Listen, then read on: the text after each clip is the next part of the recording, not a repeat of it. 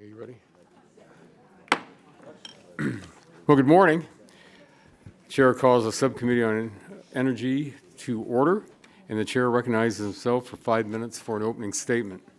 And welcome to today's hearing, Strengthening American Energy, a review of pipeline safety policy. And I want to thank our witnesses for participating today. We will examine the Pipeline and Hazardous Materials Safety Administration's PHMSA Pipeline Safety Program. PHMSA is a Department of Transportation agency tasked with developing and enforcing federal safety regulations for the nation's onshore pipeline infrastructure and the transportation of hazardous materials.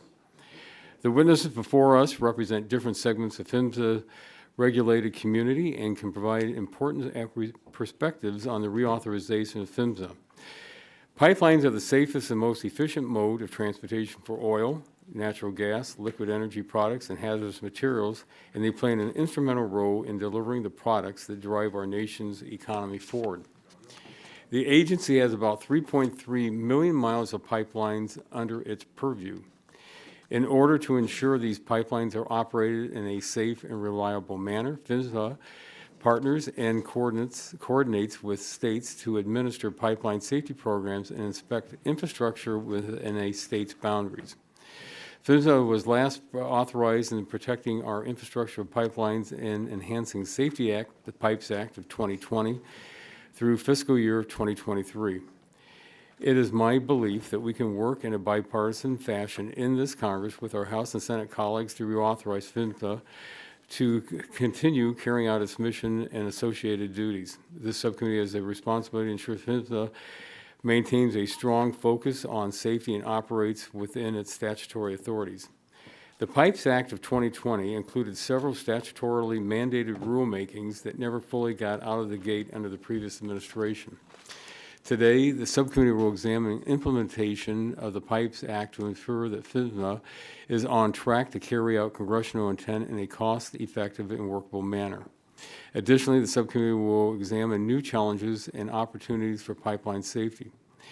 For example, the replacement of aging infrastructure must be a top priority for PHMSA, states, and pipeline operators, but it presents cost and operational challenges, especially as energy demand is projected to increase significantly in the immediate future. The upgrading of our natural gas network must be prioritized to ensure the safe transportation of natural gas and other important energy sources and products. While substantial progress has been made in replacing aging pipes, there is still work to be done. I look forward to the hearing from our witnesses on how PHMSA can help address the remaining 1% of the iron distribution pipes. American innovations and net technologies like artificial intelligence technology also present opportunities to bolster the quality of risk assessments and advance safety towards our collective goal of zero incidents. However, these technologies will also pose challenges to information and operational security. It is important that PHMSA reauthorization gives the agencies the tools needed to have an effective approach for the opportunities and challenges ahead. In his confirmation hearing last week, Paul Rayburn, President Trump's nominee for PHMSA administrator, committed to pursuing opportunities to utilize new, cost-effective technology to enhance safety. The subcommittee hopes to collaborate with PHMSA and pipeline operators in this endeavor. As we look at the reauthorization, that must prioritize the improvements to the agency's core responsibility, which is safety. I'm concerned that the previous administration advanced extraneous priorities and set safety out to the side. However, President Trump's administration has recommitted to this critical mission. I believe this committee can produce a reauthorization that maintains safety as a cornerstone of pipeline safety program. Pipelines are imperative to public safety and the energy security of our nation. I look forward to hearing from the pipeline operators today as we build on American energy leadership. And I want to thank again our witnesses for being here today, and I yield back. And at this time, recognize the gentlelady from the 14th District of Florida, who is the ranking member of the subcommittee for 5 minutes for an opening statement. Well, thank you, Mr. Chairman, and good morning, everyone. Today's hearing is an important reminder of the role of this committee of ensuring the safety of the public and our energy infrastructure. Congress created the Pipeline and Hazardous Materials Safety Administration in 2004, and we charged it with ensuring the safety of nearly 3.3 million miles of pipelines across the country. Now, pipelines can be dangerous. There are many hundreds of pipeline safety incidents every year, many that result in death and injury. That's why PHMSA's work in setting safety standards and inspecting interstate pipelines is critical. And for years, Democrats have been focused on ensuring that PHMSA has adequate resources and a strong professional workforce. After a number of deadly accidents and the growing magnitude of aged, leaky, and unsafe pipelines, Congress passed the Pipes Act of 2020 to improve the safety of gas gathering lines and pipelines while also addressing wasteful and dangerous methane gas leakages. Congress followed on in 2021 in the Infrastructure Investment and Jobs Act and allocated $1 billion over 5 years for natural gas distribution infrastructure safety and modernization grants to help replace leak-prone pipelines. I noticed in your opening, Mr. Chairman, you said the Trump administration is recommitted to safety. Oh, no. To the contrary, the Trump administration has halted those safety and modernization grants earlier this year. But multiple lawsuits were filed by states, nonprofits, and local communities challenging the freeze. And on April 17th, a federal judge ordered the Trump administration to reinstate funding, ruling that the freeze was arbitrary and capricious and violated the law. The Department of Energy and EPA were required to resume disbursement of already awarded safety grant funds. The Trump administration also is failing to follow through on other pipeline safety initiatives, even though the Congress has been clear that we expect PHMSA to conduct robust reviews of pipeline maintenance and operation plans. When Congress reauthorized PHMSA's Office of Pipeline Safety in the Bipartisan Pipes Act, we require PHMSA to consider protection of the environment when reviewing proposed safety rules, including methane pollution leak detection. The former administration completed a final leak detection rule, but President Trump arbitrarily demanded that PHMSA withdraw it. That's not smart. Climate risk, cost, and harms are growing in severity, and PHMSA's work is only becoming more important. Climate-fueled extreme weather events can cause pipeline leaks and explosions, especially in high-risk states like Texas and Louisiana.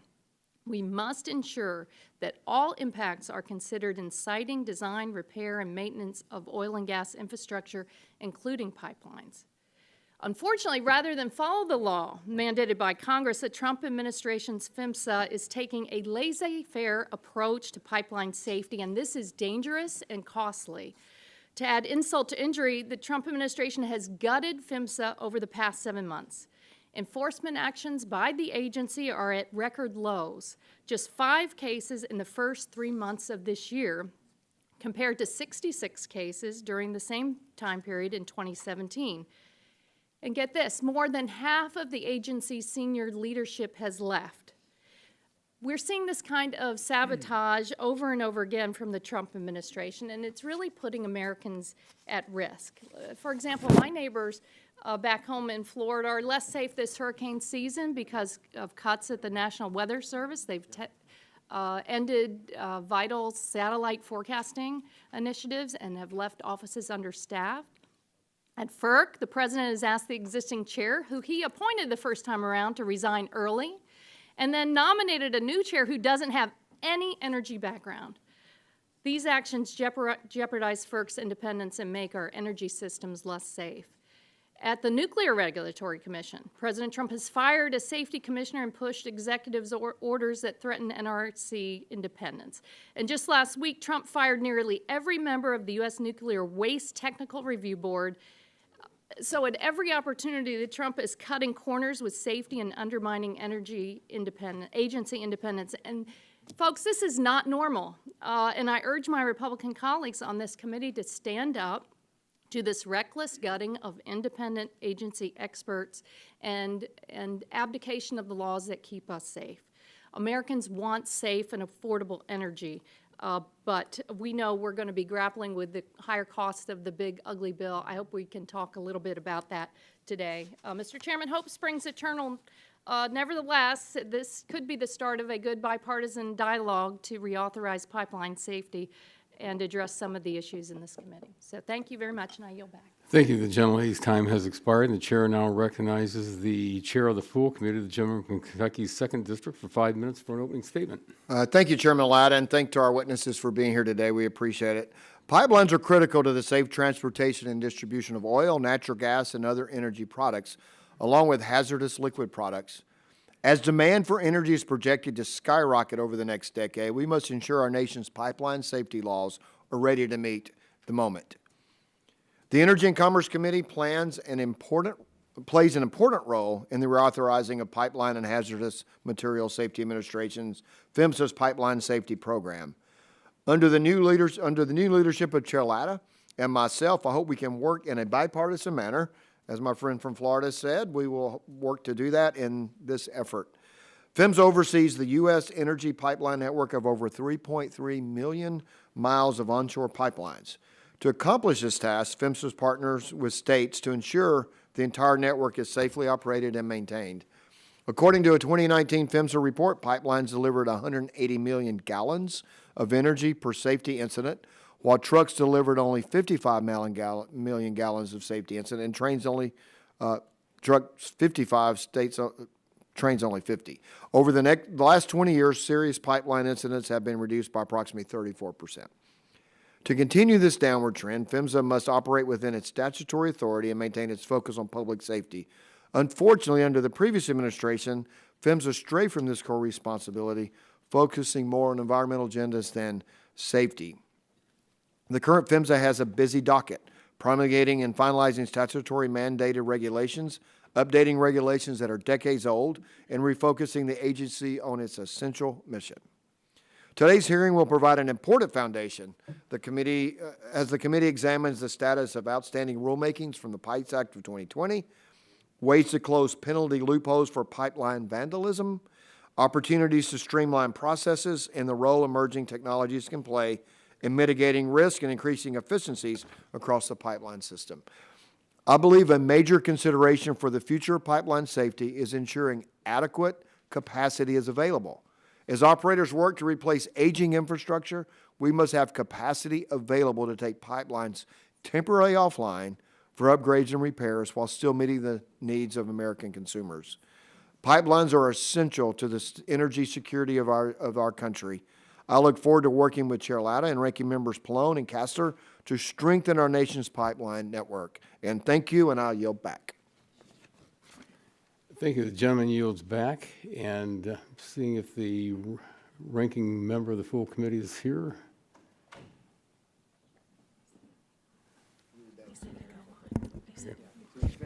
Okay.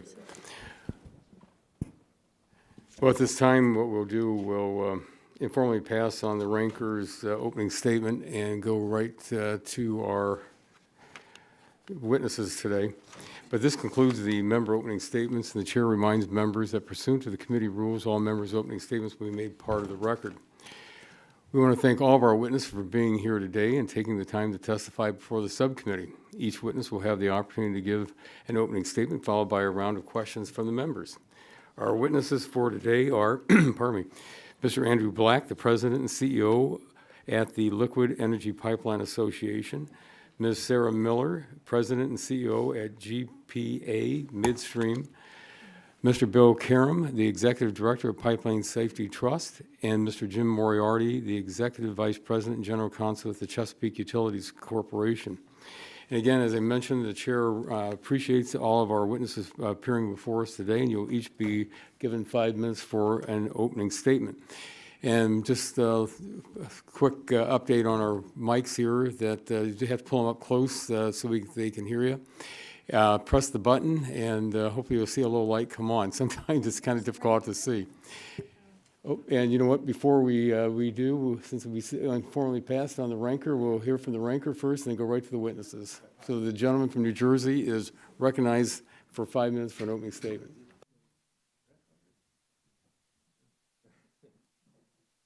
I'm sorry, Mr. Chairman. I came right up from the other hearing, but I guess they're all happening too quickly.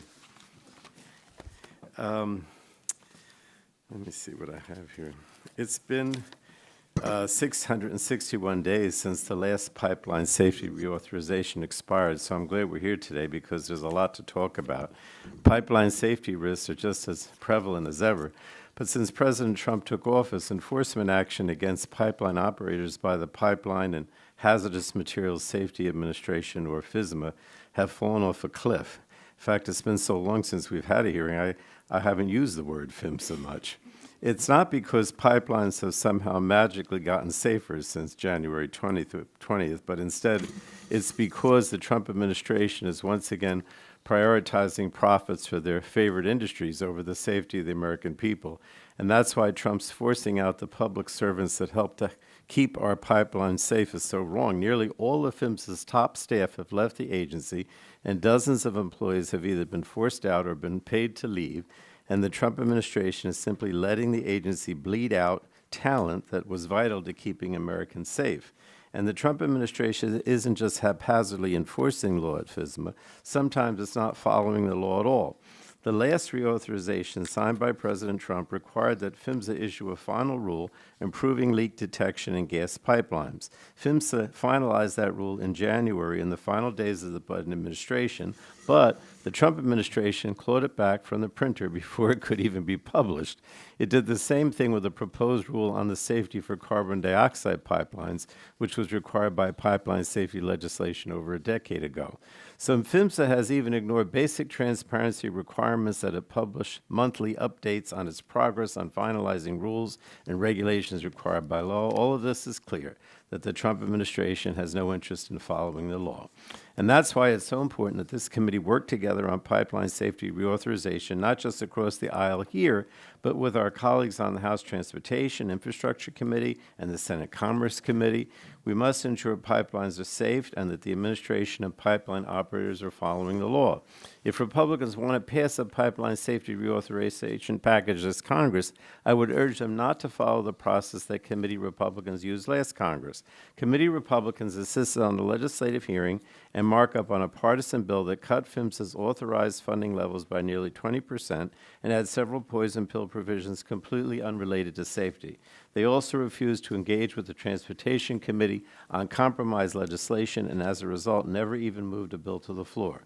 In short, Republicans should not follow that same playbook. As we look to reauthorize the pipeline safety program, it's important that we focus on safety. Committee Republicans should not try to gut bipartisan programs we established in our last bill. It's also critical that we give PHMSA the resources and tools we know it needs to keep us all safe. So finally, because this is our first Energy Subcommittee hearing since Republicans passed their big ugly bill, I wanted to briefly talk about the harm that bill will cause American families.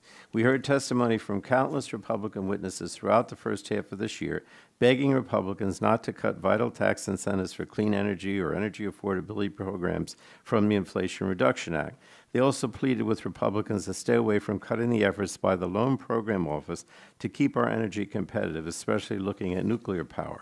And Republicans ignored all these experts' pleas, and now as a result, power bills for American families will rise by up to $400 per year, reliability will be undermined, the risk of blackouts will go up, and the climate crisis will get worse. So Republicans' dangerous energy agenda is basically pickpocketing working families to give handouts to the rich, including the big oil and gas corporations who are among the only ones that stand to benefit from it. Now, I just wanted to say, Mr. Chairman, this pipeline safety issue is very important to me. We had an incident many years ago when I was in Congress. We had a major explosion in our district. Certainly in New Jersey, we're all very concerned about pipeline safety.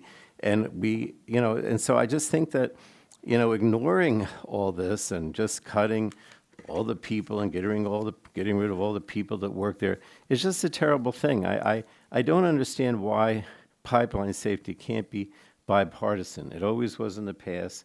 Maybe I'm old-fashioned and, nothing's bipartisan anymore. But the bottom line is this really should be. I mean, people care about it, and we should care about it as well. With that, I yield back, Mr. Chairman. Thank you very much. The gentleman yields back the balance of his time. And at this time, again, we'll go back to our witnesses. And as I mentioned, just pull the mic up close, press that button, and you'll see at When you hit the 4-minute mark, it'll go yellow with the lights up front, which means you have a minute to conclude your statement, and the red is at 5 minutes. So with that, Mr. Black, you are recognized for 5 minutes for your opening statement.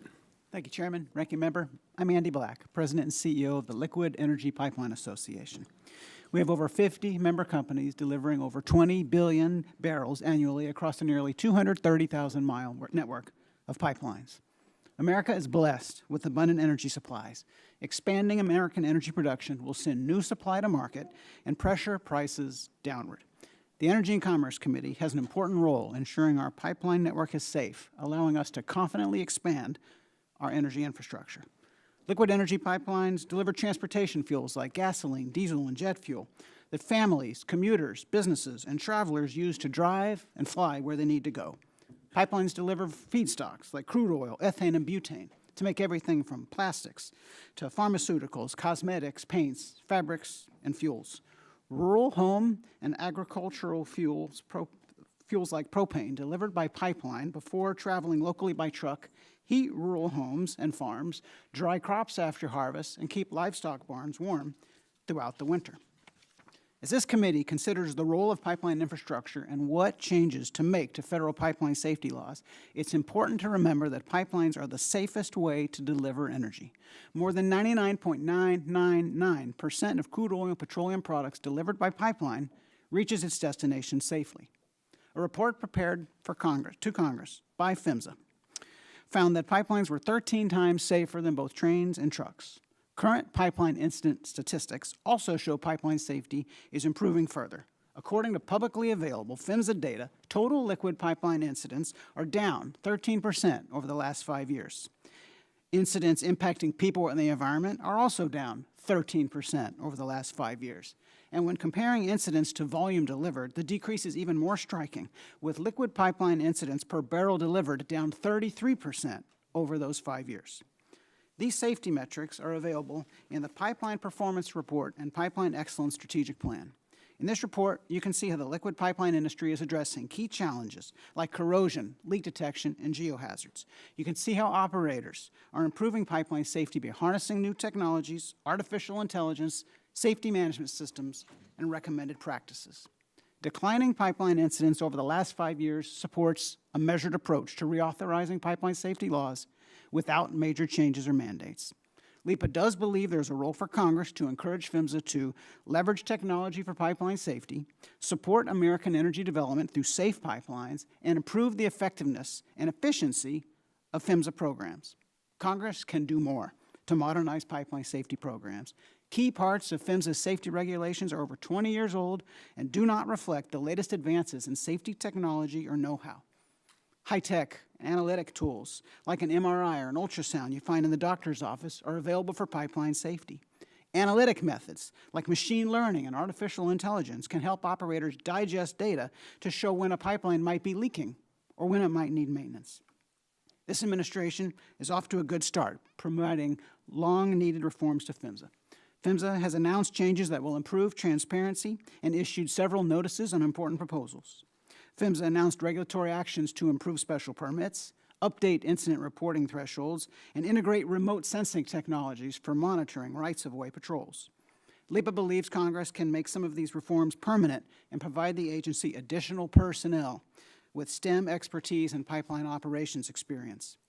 6 of the specific pipeline safety reauthorizations provisions LEPA would welcome include reform PHMSA special permanent program permanently to impose decision deadlines and limit unrelated requirements.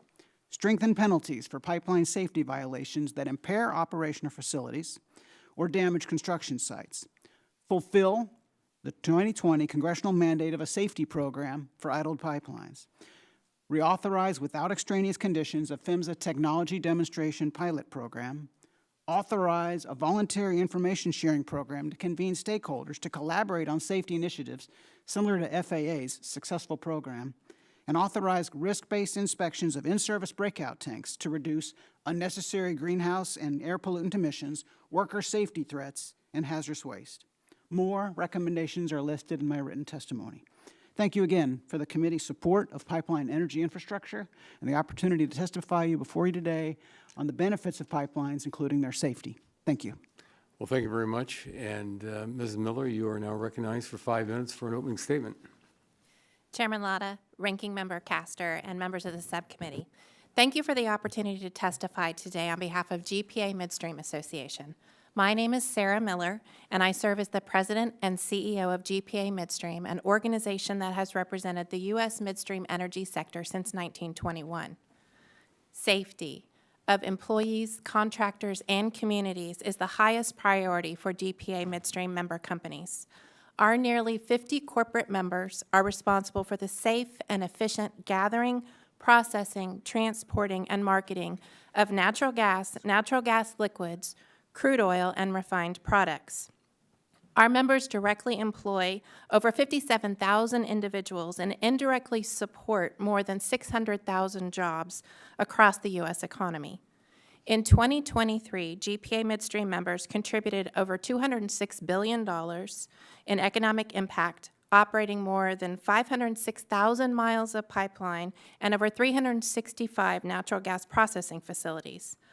Our members are an invisible link between raw natural gas and crude oil produced at the wellhead and distribution of products to consumers for heating, electricity production, transportation, steel making, fertilizer production, plastics, high-tech devices, cosmetics, pharmaceuticals, and much more. The U.S. Energy Information Administration projects that U.S. production and consumption of natural gas and petroleum, which includes NGLs, will remain strong through at least 2050. Similarly, Rice University's Baker Institute projects natural gas and crude will sustain a steady share of the global energy mix also through 2050. That is to say that it remains essential to continue our focus on pipeline safety for existing and new pipeline infrastructure to assure we can meet energy demands in the U.S. and around the world. GPA Midstream members support reauthorization of PHMSA's pipeline safety programs with the goal to ensure pipelines remain the safest method for transporting affordable, reliable, and sustainable energy, while also facilitating innovation and efficiency. We seek legislative and regulatory predictability and certainty to enable prudent investment decisions for the benefit of communities and investors alike. Our members advocate many goals for the reauthorization of PHMSA's pipeline safety program, including several reflected in this committee's bill from the last congressional session.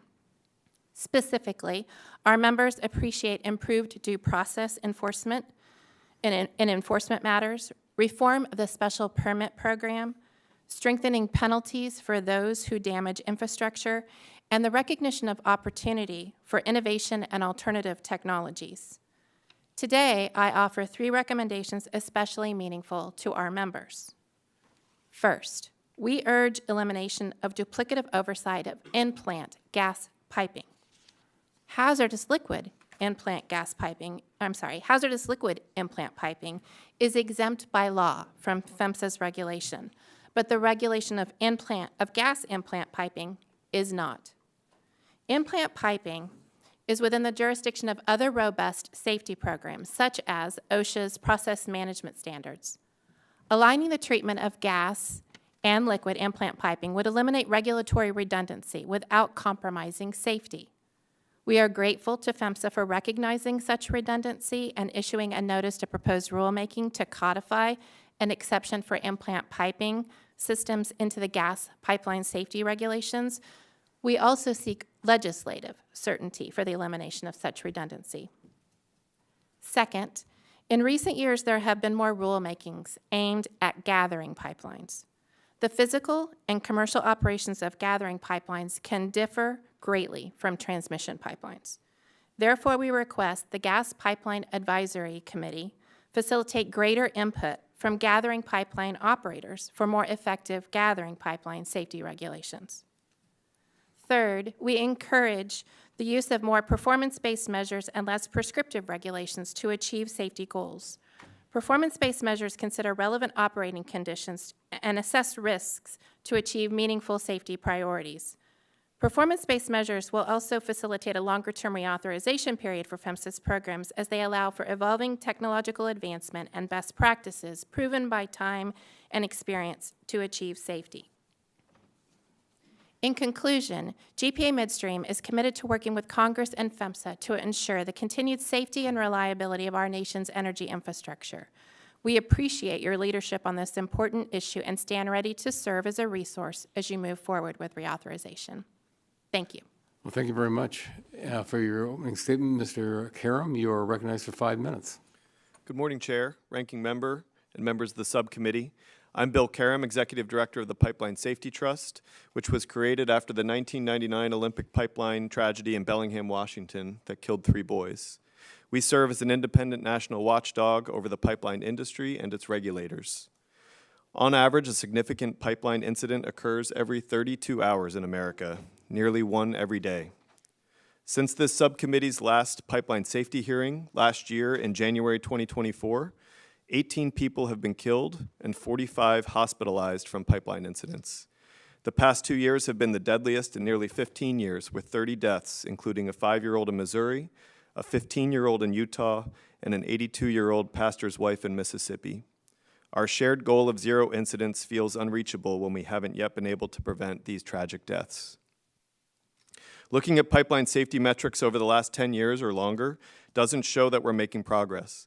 The number of significant incidents each year remains frustratingly flat. Other metrics, such as incidents impacting people or the environment, display a slight downward trend, so slight that statisticians would say it could easily be due to chance rather than actual improvement. And while we did make meaningful progress on fatalities in the previous decade, the last decade shows a slight upward trend, though like other metrics, not statistically significant. Pipeline failures don't just kill and injure people and damage ecological areas.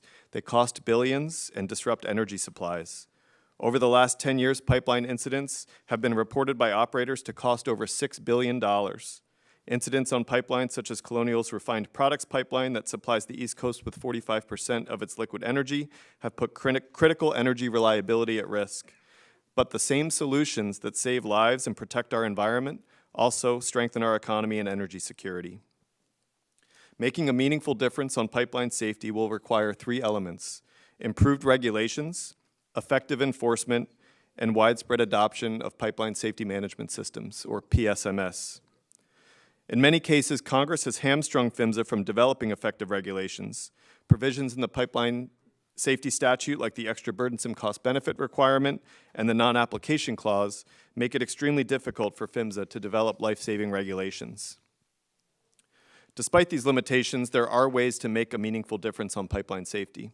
For example, as recently recommended by the NTSB, natural gas alarms or methane detectors would undoubtedly save lives. Incidents in Japan have declined by 90% alongside the adoption of these alarms.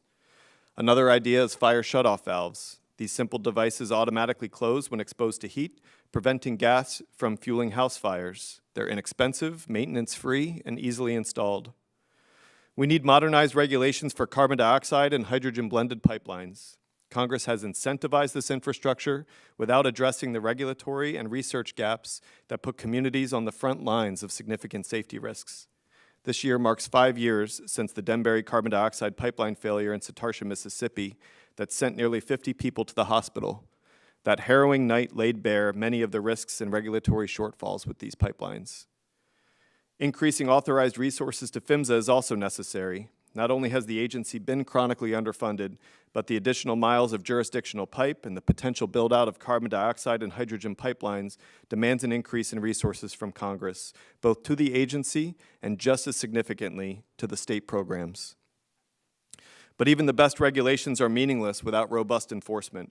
Recently, enforcement case initiations have declined drastically, down nearly 65% compared to this point in the first Trump administration. According to a recent PHMSA report to Congress on the adoption of PSMS, or Pipeline Safety Management Systems, among gas distribution operators, while most pipeline mileage is owned by operators committed to PSMS, only half of all operators have made this commitment. To improve safety, we need industry-wide adoption, all systems, all operators, large and small. As you discuss how to move forward on authorizing PHMSA's pipeline safety program and make improvements to the law, I implore you to think of the empty seats at dinner tables across the country because of pipeline failures. 18 dinner tables are missing someone just since last year's pipeline safety hearing alone. Please ensure PHMSA meets its responsibility to the American people. Thank you. Well, thank you very much for your opening statement. And Mr. Moriarty, you are recognized for 5 minutes for an opening statement. Thank you.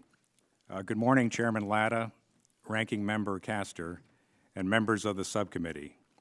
I am Jim Moriarty, Executive Vice President and General Counsel of Chesapeake Utilities Corporation. I want to thank you for the opportunity to appear today.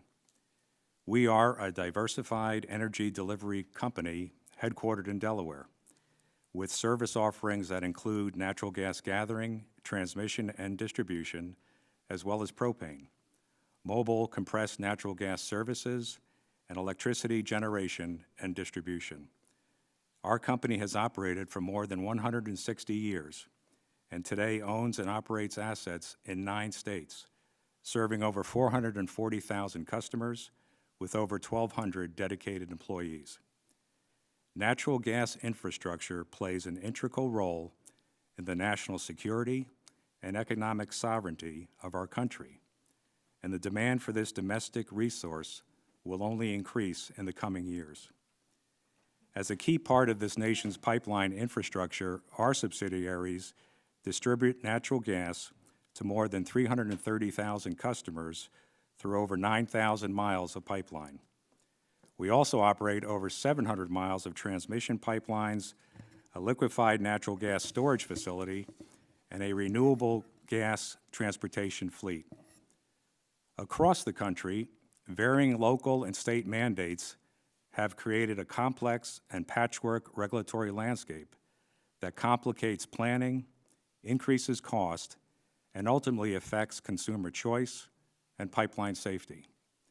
A unified federal approach, modeled after laws already enacted in 27 states that protect a customer's right to choose natural gas as their primary energy source, would provide clarity, prevent regulatory fragmentation, and ensure that safe, reliable, and affordable domestic energy remains accessible to all Americans.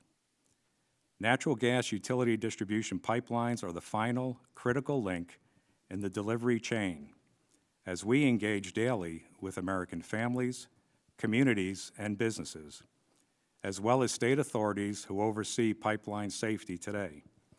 We strive to make life better for the communities in which we live and serve. Accordingly, pipeline safety is and must be our #1 priority. For these reasons, we are focused on continually enhancing our culture of operational safety and risk mitigation. Every year, our company, like many others, invests in our pipeline systems, spending hundreds of millions of dollars to enhance safety, reliability, and accessibility. For example, our distribution system has been modernized by eliminating cast iron and bare steel. Across our service areas, we are performing advanced leak detection and incorporating a variety of new and innovative technologies to consistently prevent safety incidents. Chesapeake Utilities and other natural gas distribution companies support the following principles in the upcoming pipeline safety reauthorization legislation.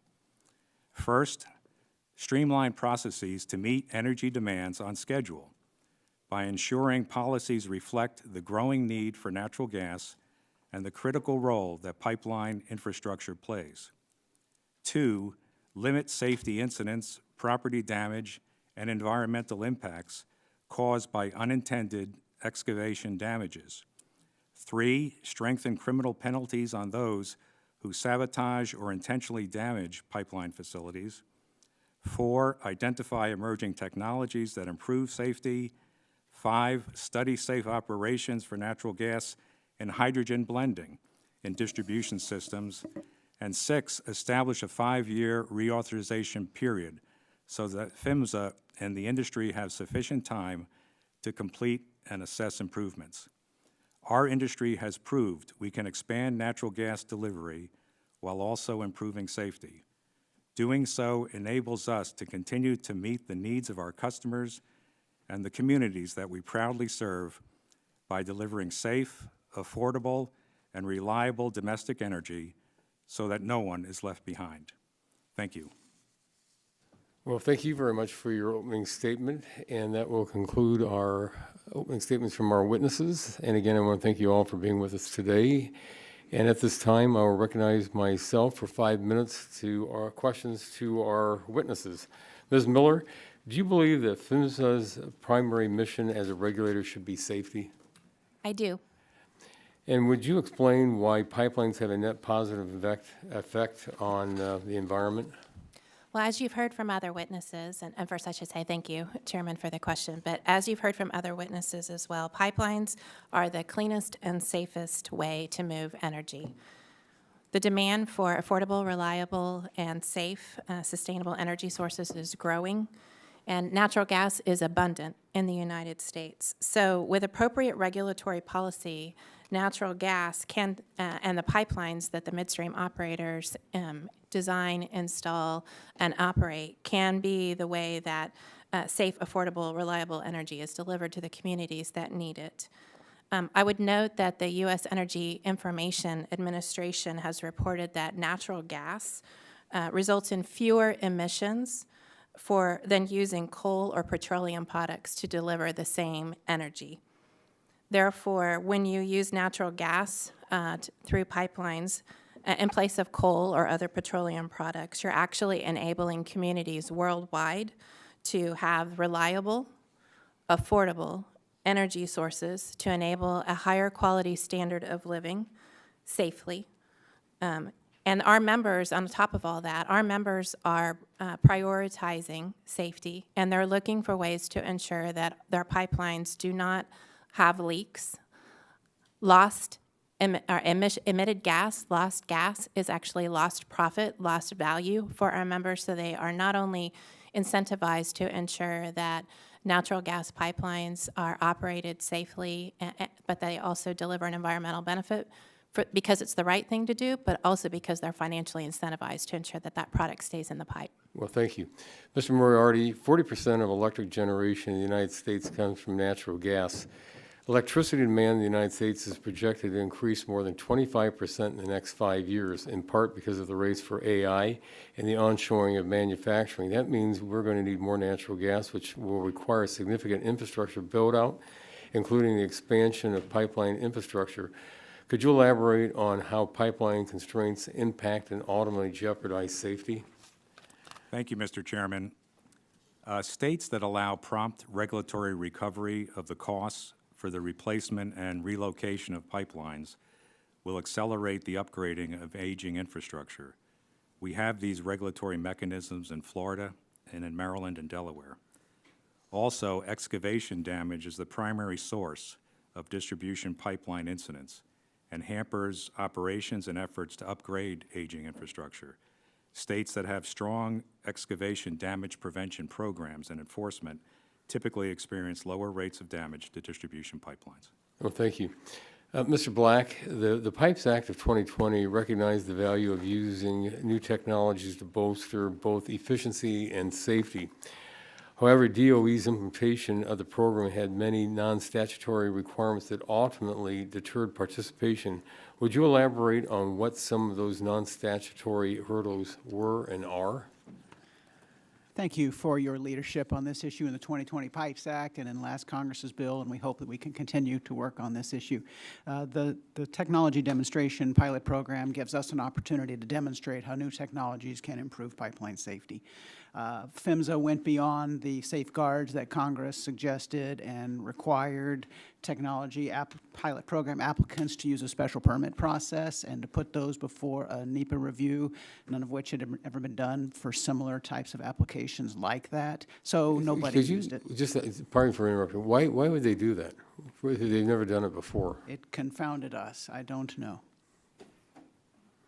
But, you know, there's another kind of a theme that went through. Why aren't we prosecuting these cases? Because obviously we need higher penalties for, you know, tax on pipelines. What's happening out there? If I got 36 seconds left, but are we not prosecuting, or what's happening in these cases out there? Well, there are criminal penalties in federal pipeline safety law for damaging or destroying pipelines, but we have incidents that don't lead to immediate damage or discovery that fall under loopholes. So we think you need to address issues like valve turning that can cause pressure buildups, or torching pipelines, or shooting high-powered rifles through pipelines, all of which have happened. We'd like to work with you to close those loopholes and deter attacks against pipelines. Well, thank you very much, and my time has expired, and I now recognize the gentlelady from Florida, the ranking member of the subcommittee, for 5 minutes for questions. Thank you, Mr. Chairman. Mr. Caram, you highlight the erosion of the commitment to pipeline safety throughout your testimony, and that includes the professional workforce at PHMSA. Is that right? Yes, we have heard of retirements at PHMSA. And that, I understand that the Community Liaison Department, which engages members of the public, has gone from 13 employees to just 3 people who are now responsible for engaging the entire country. Can you explain to us what the real-world impacts of the reduction in professional expert workforce at PHMSA means for the safety of the public? Sure. Thank you for the question. Unfortunately, we don't know fully. We haven't heard official word out of PHMSA as exactly the extent of the retirements and the reductions in force. So we're going off of what's been reported in the media or what's available on their website, which hasn't been fully updated. But we have noticed that the Community Liaison Department went from, as you mentioned, 13 down to 3, and that includes the manager of the department. And that's 3 people in charge of, public engagement with members of the public across the entire country who live among and alongside the over 3 million miles of pipeline, more miles of pipeline than paved roads, which I hope is obvious is not nearly enough. And we've also heard, most of the leadership staff is gone. That's a lot of years of experience that has been drained out. We've also heard a lot of staff from the standards and rulemaking team has retired as well. I'm also very concerned with the escalating costs and risk driven by the heating planet and climate change. In June, the National Transportation Safety Board issued a final report on the 1 million gallon pipeline oil spill in the Gulf of Mexico in 2023, which caused $30 million in damage. In the report, the NTSB specified that it was the result of land movement related to hurricane activity. And this is fresh in my mind because I saw significant damage to energy infrastructure following Hurricanes Helene and Milton in the Tampa Bay area. Does PHMSA currently have any regulations or guidelines, Mr. Caram, for pipeline safety related to extreme weather events, flooding, and more intense hurricanes? Yeah, thank you for that question. We call all of those geohazards, these geologic threats to pipeline integrity, and they can be a result of extreme weather events. And in addition to hurricanes, we've seen pipeline failures after large rainfall, of historic levels and things like that. There is nothing specific in PHMSA regulations about geohazards. What can Congress do if we're going to update regulations to better incorporate climate resilience practices? Mandate that PHMSA adopt geohazard-specific regulations. There's industry guidance out there. There's best practices by operators, and a lot to go on to start writing those regulations now.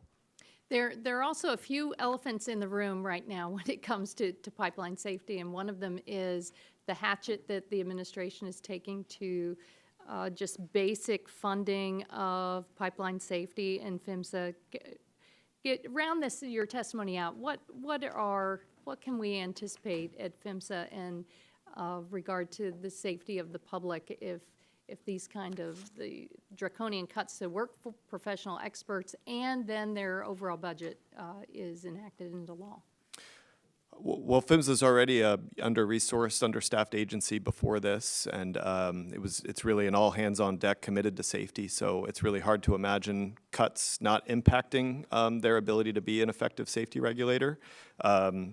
These the types of results that we would expect to see from these cuts and lowering of enforcement and regulatory activity I would imagine, will be long-term. I don't think you'll see an overnight change, but if we were to see a change, unfortunately, I think it's long-term, and we'll be seeing it And for the years. statistics that you highlighted early that say, well, maybe we really haven't seen a significant improvement in reduction in deaths and injuries.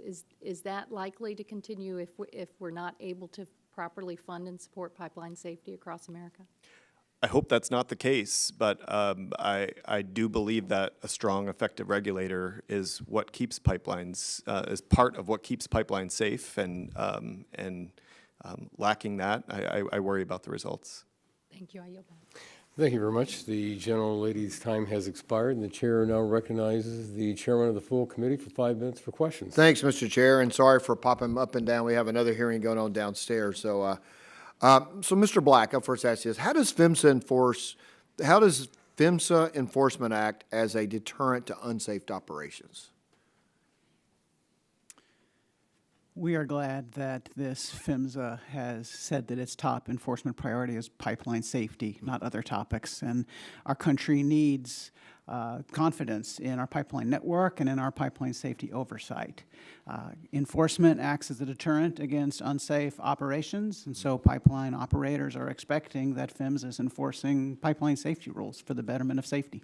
Okay, because we need confidence, because I've had in my area, I know if you look at a map of pipelines, people would be just shocked how many pipelines we have. But whenever there's a new movement forward, there's always a big public relations campaign against a pipeline about safety. So we need confidence in it so people will know. And then you'll tell people, there are pipelines everywhere, and they don't realize that. But that's kind of become a new thing to keep us from moving energy around, is that people are pipelines. And we absolutely want them to be safe, and people have confidence in that. So thanks. So Ms. Miller, when PHMSA rulemakings go beyond the appropriate or statutory mandated scope, how does that impact an operator's ability to prioritize safety? Thank you for the question, Chairman Guthrie. Operators will comply with PHMSA's regulations. And so when PHMSA's rules regulate matters other than to achieve safety priorities, that means that resources that alternatively could have been devoted to those safety priorities are spent in other ways. And this issue is not only relevant to the operators, but it's also relevant to PHMSA resources. We appreciate that Congress mandates PHMSA's scope of responsibility, and that the 2004 authorizing statute for PHMSA made clear that safety was to be its highest priority. And we welcome, to the extent that there's any ambiguity about that priority, that Congress can reaffirm PHMSA's focus on safety. Thank you. Mr. Moriarty, what are the barriers to addressing the remaining distribution lines that need to be upgraded? Thank you very much, Chairman Guthrie, for the question. In our view, pipeline infrastructure is the safest means for transporting energy, and more must be built to meet the growing demand. Just one example is our Ohio subsidiary worked very closely with AEP to build, it's called the Aspire Energy Express, to construct a new intrastate pipeline in central Ohio to support an on-site electric power generation at a new fuel facility center serving a data center. We continue to work on solutions to these problems. We work closely with our elected representatives and each of our regulatory agencies to address concerns. In our view, everybody is welcome to the table to raise any issues they have. But what we're asking for is just prompt, fair, and balanced consideration, and then issuance of regulations so that we all can comply with those. Okay, thank you. So, Mr. Black, how can pipeline operators use AI and other technologies like smart pigs to improve safety throughout their operations? We're really excited about The smart pigs? Yeah. Explain a smart pig. Might need to have a mic there. There we go. Explain a smart pig as well. A smart pig is a pipeline inspection device that travels on the inside of a pipeline, pushed by the liquid product collecting information, collects terabytes of data about the inside of a pipeline. So AI could be used to process that information to help identify more issues before they become problems. Similarly, pipeline operations have pumps, valves, and sensors along the long linear pipeline, and that creates operations data that AI and machine learning might help us find a pinhole leak that those sensors otherwise can't develop. And so support for R&D among the pipeline industry at places like the Pipeline Research Council International is happening right now by pipelines to try and benefit from AI. The way Congress can help is to reauthorize the Pipeline Safety Technology Demonstration Program that Chairman Latta asked me about that will help us test those technologies and show PHMSA how it should safely improve its regulations to benefit safety. Miller, do you also agree that this AI or technology, if you find leaks that are otherwise too small to be detected, how would that improve safety? Thank you. Yes, I would echo what Mr. Black just highlighted. Our members are using AI today to be able to sort through large quantities of data, to be able to identify trends and solve operational challenges. We believe that AI can inform risk assessment to help operators identify and manage first pipeline anomalies before they become leaks, and then also prioritize repairs in order to address those that pose the highest risk first. We would encourage... My time's expired. He's about to gavel me down, so I'll thank you for your answer, and I'll yield back. Thank you very much. The gentleman yields back, and the chair now recognizes the ranking member of the full committee, the gentleman from New Jersey, 5 minutes for questions. Thank you, Chairman Latta.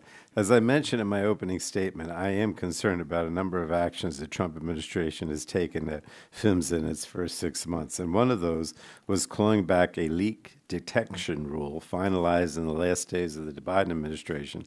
And I want to be clear, the rule was finalized and done, but the Trump administration instructed the Federal Register not to publish the rule and has since clawed it back. So I just want to point out that some of our newer members that this rule was required by a bipartisan law that President Trump himself signed. That law required that PHMSA put forward a final rule within a year of enactment, and 4 years after the law was signed, President Trump prevented the rule from being finalized. So, Mr. Caram, could you talk about the importance of the leak detection rule? Did it have buy-in from industry and public stakeholders? Did the Trump administration's decision make us safer? Yeah, thank you for the question. That rule was negotiated, discussed over 2 weeks of advisory committee meetings with multiple stakeholder groups, industry, public, and government. There were a lot of unanimous votes. Not all of the votes were unanimous, but many of them were. And I would say consensus was reached on the vast majority of the issues in leak detection and repair. That rule was due, as you said, a year after. That would have been in December of 2021, so it is years overdue now. So it was really disappointing to see it pulled back from being published. And what about my question about did that decision by the Trump administration make us safer? No. We continue to have incidents from known leaks. There are regulations on specifically what kind of equipment operators need to use, and the regulations around grading leaks as to how quickly they need to be repaired are vague, and that rule would have established those standards and I believe made pipelines safer. Well, thank you. Now, I want to turn to a potential priority for a pipeline safety reauthorization bill. As you pointed out in your written testimony, PHMSA's safety rules are subject to a duplicative cost-benefit analysis over and beyond the one already required for all other federal rules. And this isn't a hypothetical problem. GPA Midstream, one of the witnesses represented here today, has used this at the D.C. Circuit Court to kill pipeline safety rules, and to me that's unacceptable. So, Mr. Caram, would you talk about how this duplicative requirement harms public safety and whether Congress should look at removing this requirement in a reauthorization bill? As far as I'm aware, PHMSA is the only safety agency with this statutory cost-benefit requirement that is duplicative over the executive order. It's difficult to do cost-benefit on low-frequency, high-consequence failures like you see with pipelines, and it hamstrings PHMSA from making real progress on safety. As you mentioned, multiple rules over the last several years have been rolled back by the courts, saying that PHMSA didn't fully justify the costs with benefits, and the benefits in many of these cases are human lives. Oh, thank you. I just want to mention to my Republican colleagues, because they keep talking about a bipartisan bill. But if we're really going to have a bipartisan bill on this issue, it has to be solely, and I stress solely, about increasing safety. The committee Republicans' pipeline safety bill failed last Congress because it was not drafted, in my opinion, in a collaborative manner and included partisan provisions related to pipeline siting as opposed to safety. So that's, it's not going to be bipartisan if it deals with siting and other issues other than safety. So I just hope we can see a more collaborative process this year, Mr. Chairman. And with that, I yield back the balance of my time. Well, thank you very much. The gentleman yields back the balance of his time, and the chair now recognizes the vice chair of the subcommittee, the gentleman from Texas, for 5 minutes for questions. Thank you, Mr. Chairman. Mr. Black, I'm going to come back to you. I want to highlight a section of your written testimony addressing pipeline safety. Quote, a 2018 report prepared by PHMSA analyzing 10 years of incident data found pipelines were 13 times safer than both trains and trucks, with pipelines experiencing one incident for every 720 million gallons delivered, and rail incidents occurring every 50 million gallons delivered. Pipelines are the safest way to move this product. Agreed? Absolutely. Yeah, and then you also talked about an Obama administration analysis found rejecting a major pipeline and shipping the same crude oil by rail would increase the risk of oil released by over 800 times and barrels released by 2.6 times. Very, very important information. The Keystone Pipeline would have come into my district, the Gulf Coast of Texas, over by Beaumont, Texas, Port Arthur to be exact. We know that we can move product cleanly. And nobody wants, and I think in one of the other witnesses' testimony, there was 18 or 30-something people killed in the last year, I think, if I recall that correctly. And that's so sad. Nobody wants that. Nobody is for that. I mean, everybody wants to do everything they can to prevent that. I mean, my gosh, we had a recent, weather event in Texas where over 300 people lost their lives. It's always sad. So I would say that we want, if you looked at the traffic records of last year, and this is, by the way, this is NHTSA's information. Last year in 2024, 39,000 people lost their lives in traffic. Everybody hates that. Nobody wants that. Everybody wants to do as safe as they can, and that goes with pipelines. Would you agree? Yes, Americans use liquid fuels every day, and if you cancel a pipeline, we're still going to use those fuels. They're going to move on to other modes that are less safe. Right, and let me go back to the Keystone Pipeline. Keystone Pipeline coming into my district would have carried 830,000 barrels of product a day. Yes.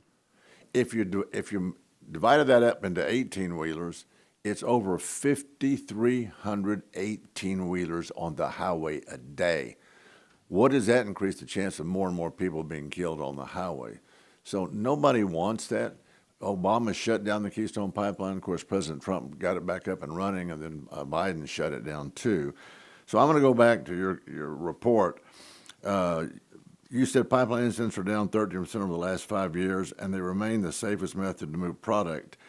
And we are always striving to improve that record. How can Congress ensure that PHMSA is equipped to modernize its regulations in step with industry innovation without imposing restrictions that could hinder progress? How do we do that?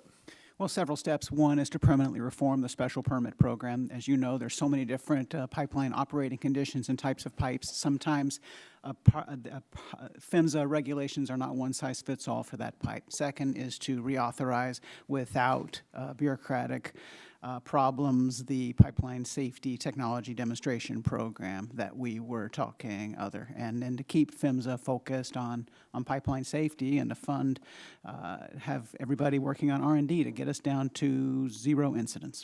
It's safe to say, isn't it, in your opinion, that nobody who works in the pipeline industry, or in the fossil fuel industry for that matter, wants to go home from their job and find out that one of her relatives was killed on the highway. Nobody wants that.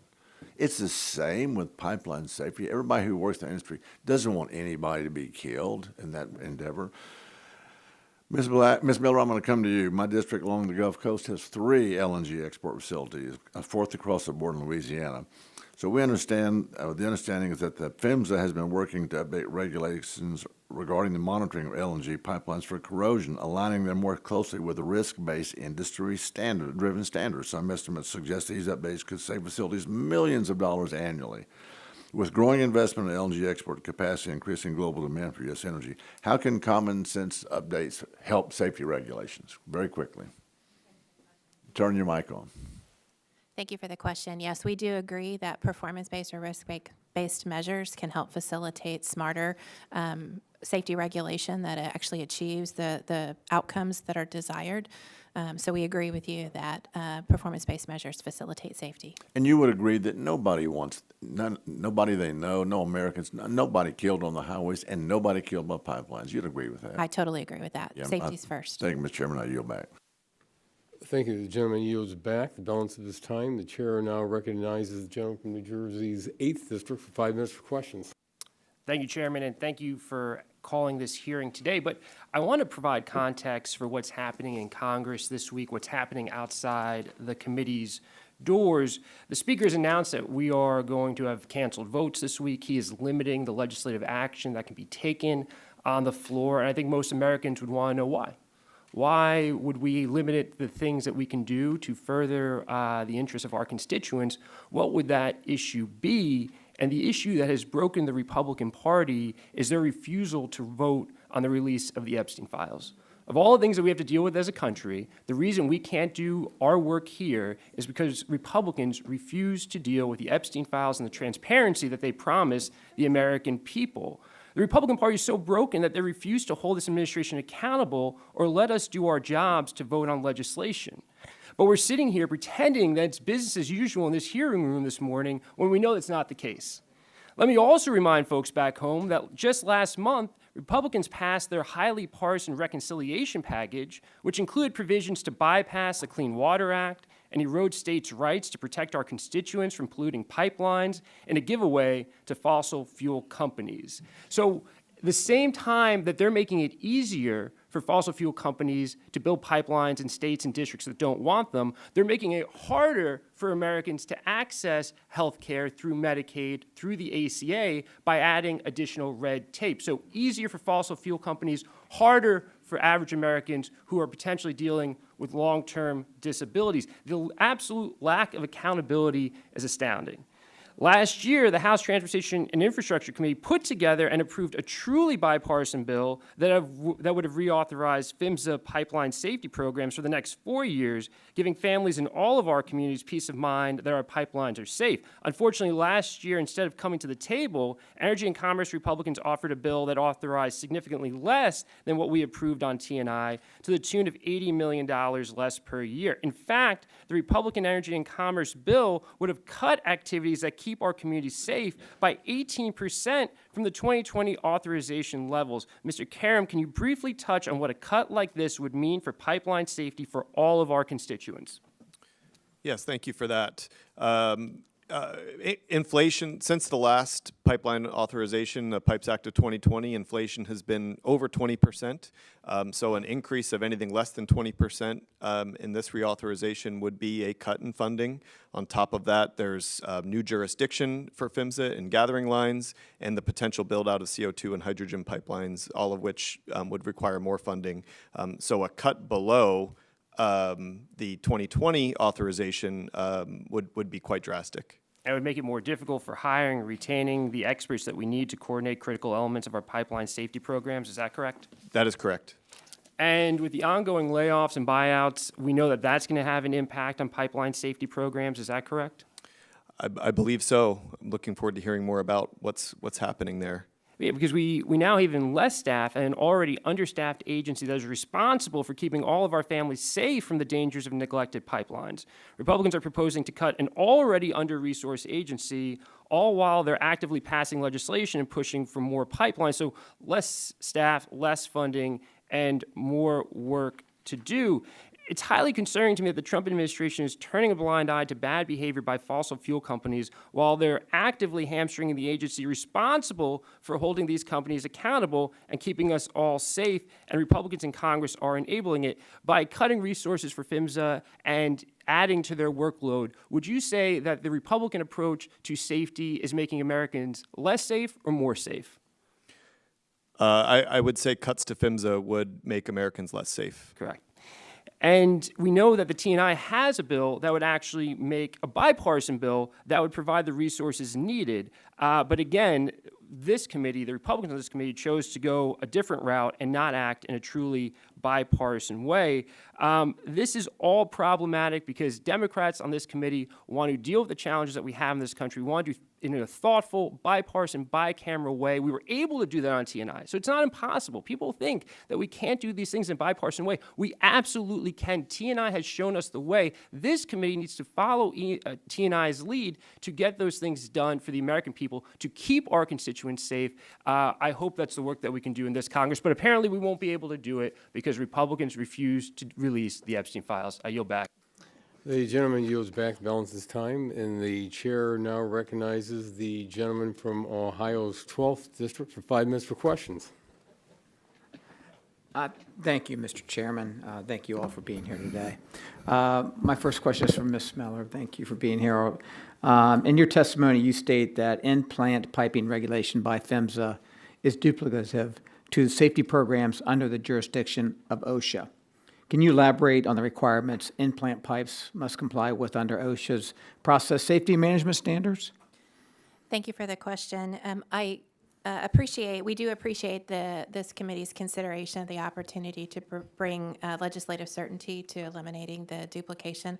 So OSHA's pipeline safety management system does have requirements that include, for example, making sure that we have written operating procedures for covered processes, for maintaining integrity, for managing change.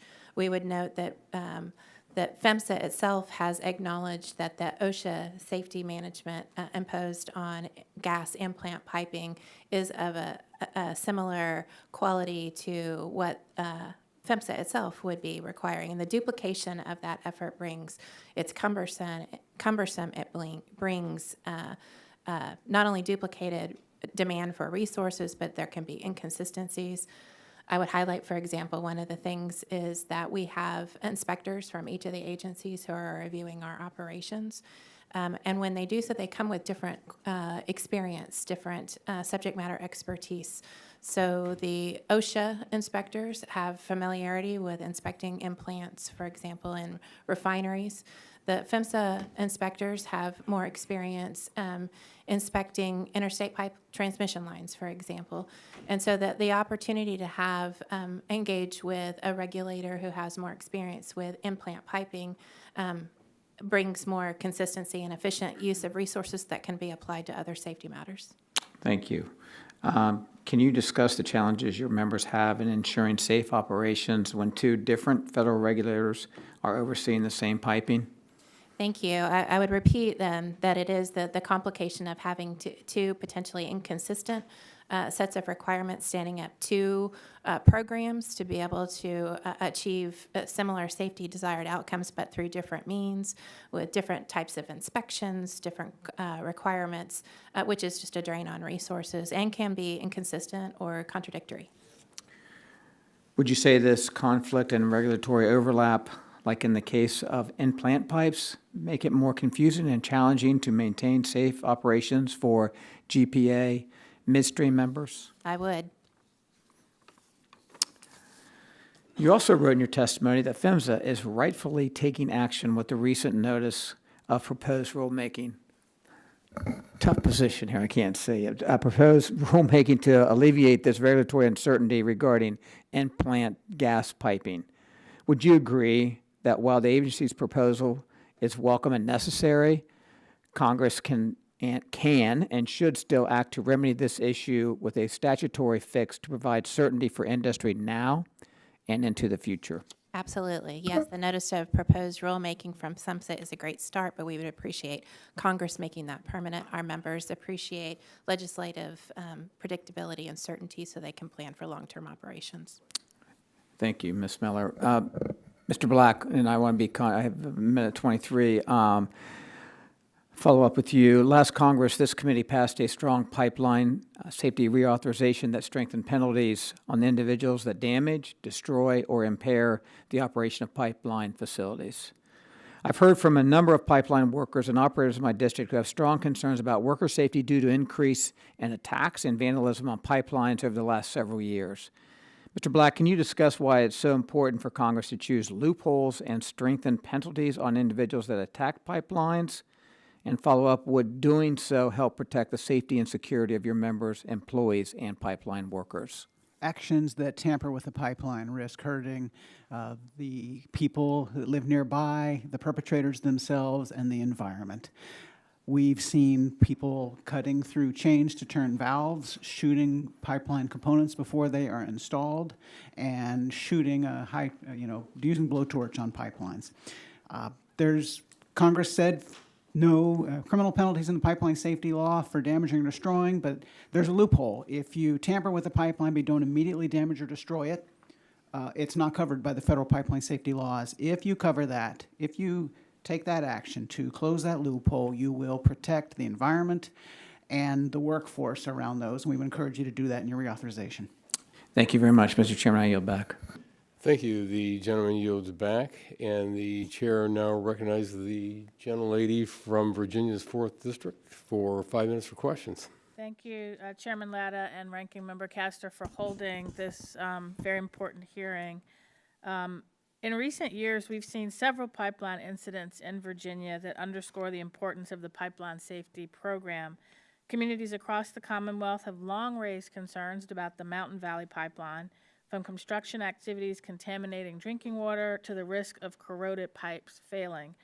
These fears were sustained when in 2024, a section of the pipeline failed during hydro testing, a process that uses pressurized water to check pipe integrity. And in the summer of 2023, a TC Energy natural gas pipeline in Shenandoah Valley exploded, likely due to cracking in the pipe. In each of these cases, PHMSA has had critical responsibilities conducting testing during construction, investigating pipeline failures, and imposing corrective action. As this committee takes on reauthorization of the pipeline safety program, we must ensure that PHMSA has the personnel and resources it needs to carry out its vital responsibilities and keep our communities safe. So I'm glad that Ranking Member Castor asked questions on that point. The Mountain Valley Pipeline cuts through the Jefferson National Forest and crosses hundreds of waterways and wetlands. And since the start of the project, there have been around 1,500 reported pollution incidents impacting rivers, streams, and drinking water supply. During construction and testing of the Mountain Valley Pipeline, we heard that farmers and landowners were seeking more communication and engagement from PHMSA around the risks to their land and water resources, which I think is just as important a safety concern that we should all be worried about. So, Mr. Caram, I appreciate the Pipeline Safety Trust's work to make pipeline safety information more readily available and accessible to the public. And in addition to addressing the reckless workforce cuts that we have seen, how would you recommend that PHMSA improve its efforts to prevent pollution incidents and better engage community members? Thank you for the question. I think it comes back to strong regulations and effective enforcement and pipeline safety management systems in order to limit these incidents. And really all three need to work together. There's lots of room for improvement on all three. And I hope the committee is looking to take that on. As far as community engagement, the Pipeline Safety Trust has really believed that an Office of Public Engagement at PHMSA would be a big improvement. Public engagement hasn't been a strength of the agency historically, but they have made improvements in recent years. But I hate to see how going from 13 employees down to 3 is going to backpedal that progress that they've made. I agree with that. Community members and environmental groups have long raised concerns about potential corrosion issues in the Mountain Valley Pipeline in particular, which has been laying in fields exposed to the elements for years before all permitted approvals were forced through in the 2023 debt ceiling bill. Corrosion is also a growing issue for pipelines in coastal areas where rising sea levels and saltwater intrusion exacerbated by climate change are speeding up pipe degradation. So, Mr. Caram, as we look at reauthorizing this pipeline safety program, what additional authorities or resources does PHMSA need to better address corrosion control to ensure pipeline safety? So there's 2 main defenses against corrosion. One is coating. That's really the first line of defense. And when coating fails, the second line of defense is cathodic protection. PHMSA has made some improvements to the cathodic protection on natural gas transmission pipelines recently, and we look forward to seeing how those are impacted, how those impact failures and effects of corrosion. But there aren't specific regulations on the condition of coating. They're pretty vague, and they leave a lot up to the operator's judgment. The consent order we saw with Mountain Valley Pipeline put some prescriptions on what tests coating needs to pass and things like that, and those would make a great addition to the regulations for all pipelines. Thank you. And I don't have time for you to answer my last question, but for the record, because we also need to worry about cybersecurity, and I would be curious to, Mr. Caram, to know if you think that PHMSA and DHS, CISA in particular, are still well equipped to monitor and combat growing cyber threats to pipelines. And if you could submit that for the record, I'd appreciate it. Thank you. Thank you. The gentlelady's time has expired, and the chair now recognizes the gentleman from Alabama's 6th District for 5 minutes for questions. Thank you, Mr. Chairman, and I'll allow you to answer that question from Ms. McClellan. That's in line with some of my questions. Well, I will say that cybersecurity is not really in the wheelhouse of pipeline safety for our organization. It's more of a reliability issue, so we don't really dig into the weeds on it. The way we've approached it is the integrity management program for high consequence areas requires an operator to identify all potential threats against the pipeline, create a plan to mitigate against those threats, and implement that plan. And cybersecurity threats should be considered one of those threats, and PHMSA could adopt some specific standards within integrity management. To the rest of your question, as far as agency coordination is beyond my expertise. Mr. Black, I'd like for you to take a shot at that question as well, but back in 2021, we had a ransomware attack on the Colonial Pipeline, which was in my district. And there have been multiple attacks at various healthcare facilities around the country. And as more pipeline networks become part of that equation, the threat of another attack is very much a real possibility, whether it's fuel line like the Colonial Pipeline or other pipelines. Can you address where you think we are in terms of protecting our pipelines from cyber attacks and what we need to do to protect them? Glad to address both of you. Cybersecurity is very important to pipelines. Like any Fortune 500 company, pipeline operators need to maintain safeguards to protect their commercial systems and their operational systems. We'll do that in concert with the Transportation Security Administration, working with them on cyber directives. I believe you asked about CISA reauthorization. LEPA supports reauthorization of CISA. That will give pipeline operators the opportunity, a safe place to work with government to talk about threats. It's quite important that PHMSA coordinate with those with cybersecurity expertise to make sure that anything that PHMSA security for pipelines, which quickly evolving technologies and threats, very important. So are you hearing much on that from industry? Every day, we know there are attempts to breaches. I participate in classified briefings from government. We must always have our guard on pipeline safety. Thankfully, there are recommended practices. There are interactions with government and experts to try and improve that. We can never stop our vigilance. Do you feel like PHMSA is weighing in on this properly? They're doing their part? Or do we need to be doing more? PHMSA's not key on cybersecurity, and I think that's okay. We'll work with CISA and with TSA. We need PHMSA to make sure they're talking with them. Many of these briefings, PHMSA is a part of those. That coordination should be done right to make sure there's not conflicts and overlapping and pipeline operators being told to do two different things. We need to make sure we're doing that right. Do we know if these are just in the ransomware attack situation with Colonial Pipeline? That was just people trying to extort money.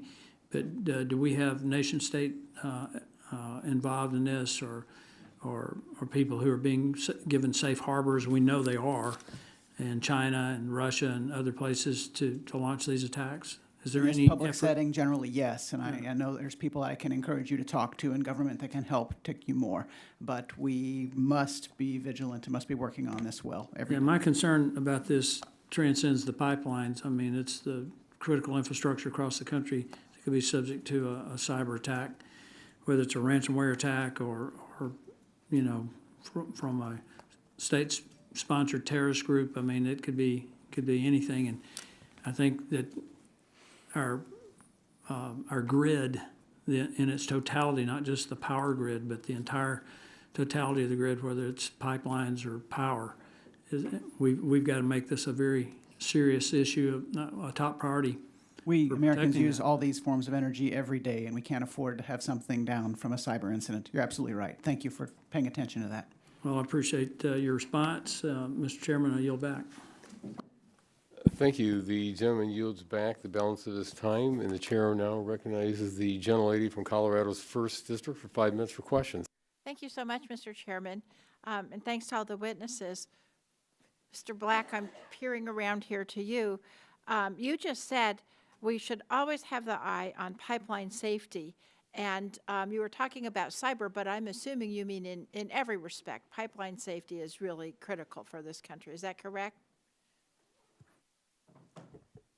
I'm making sure you're looking at me, Congresswoman. Yes, of course, Thank you. pipeline safety is our goal. And Ms. Miller, I assume you would agree with that, too. Mr. Caram? I would agree as well. Mr. Caram? Yes, I agree. And Mr. Moriarty? Yes, I do. Yeah, but it's sort of a fundamental.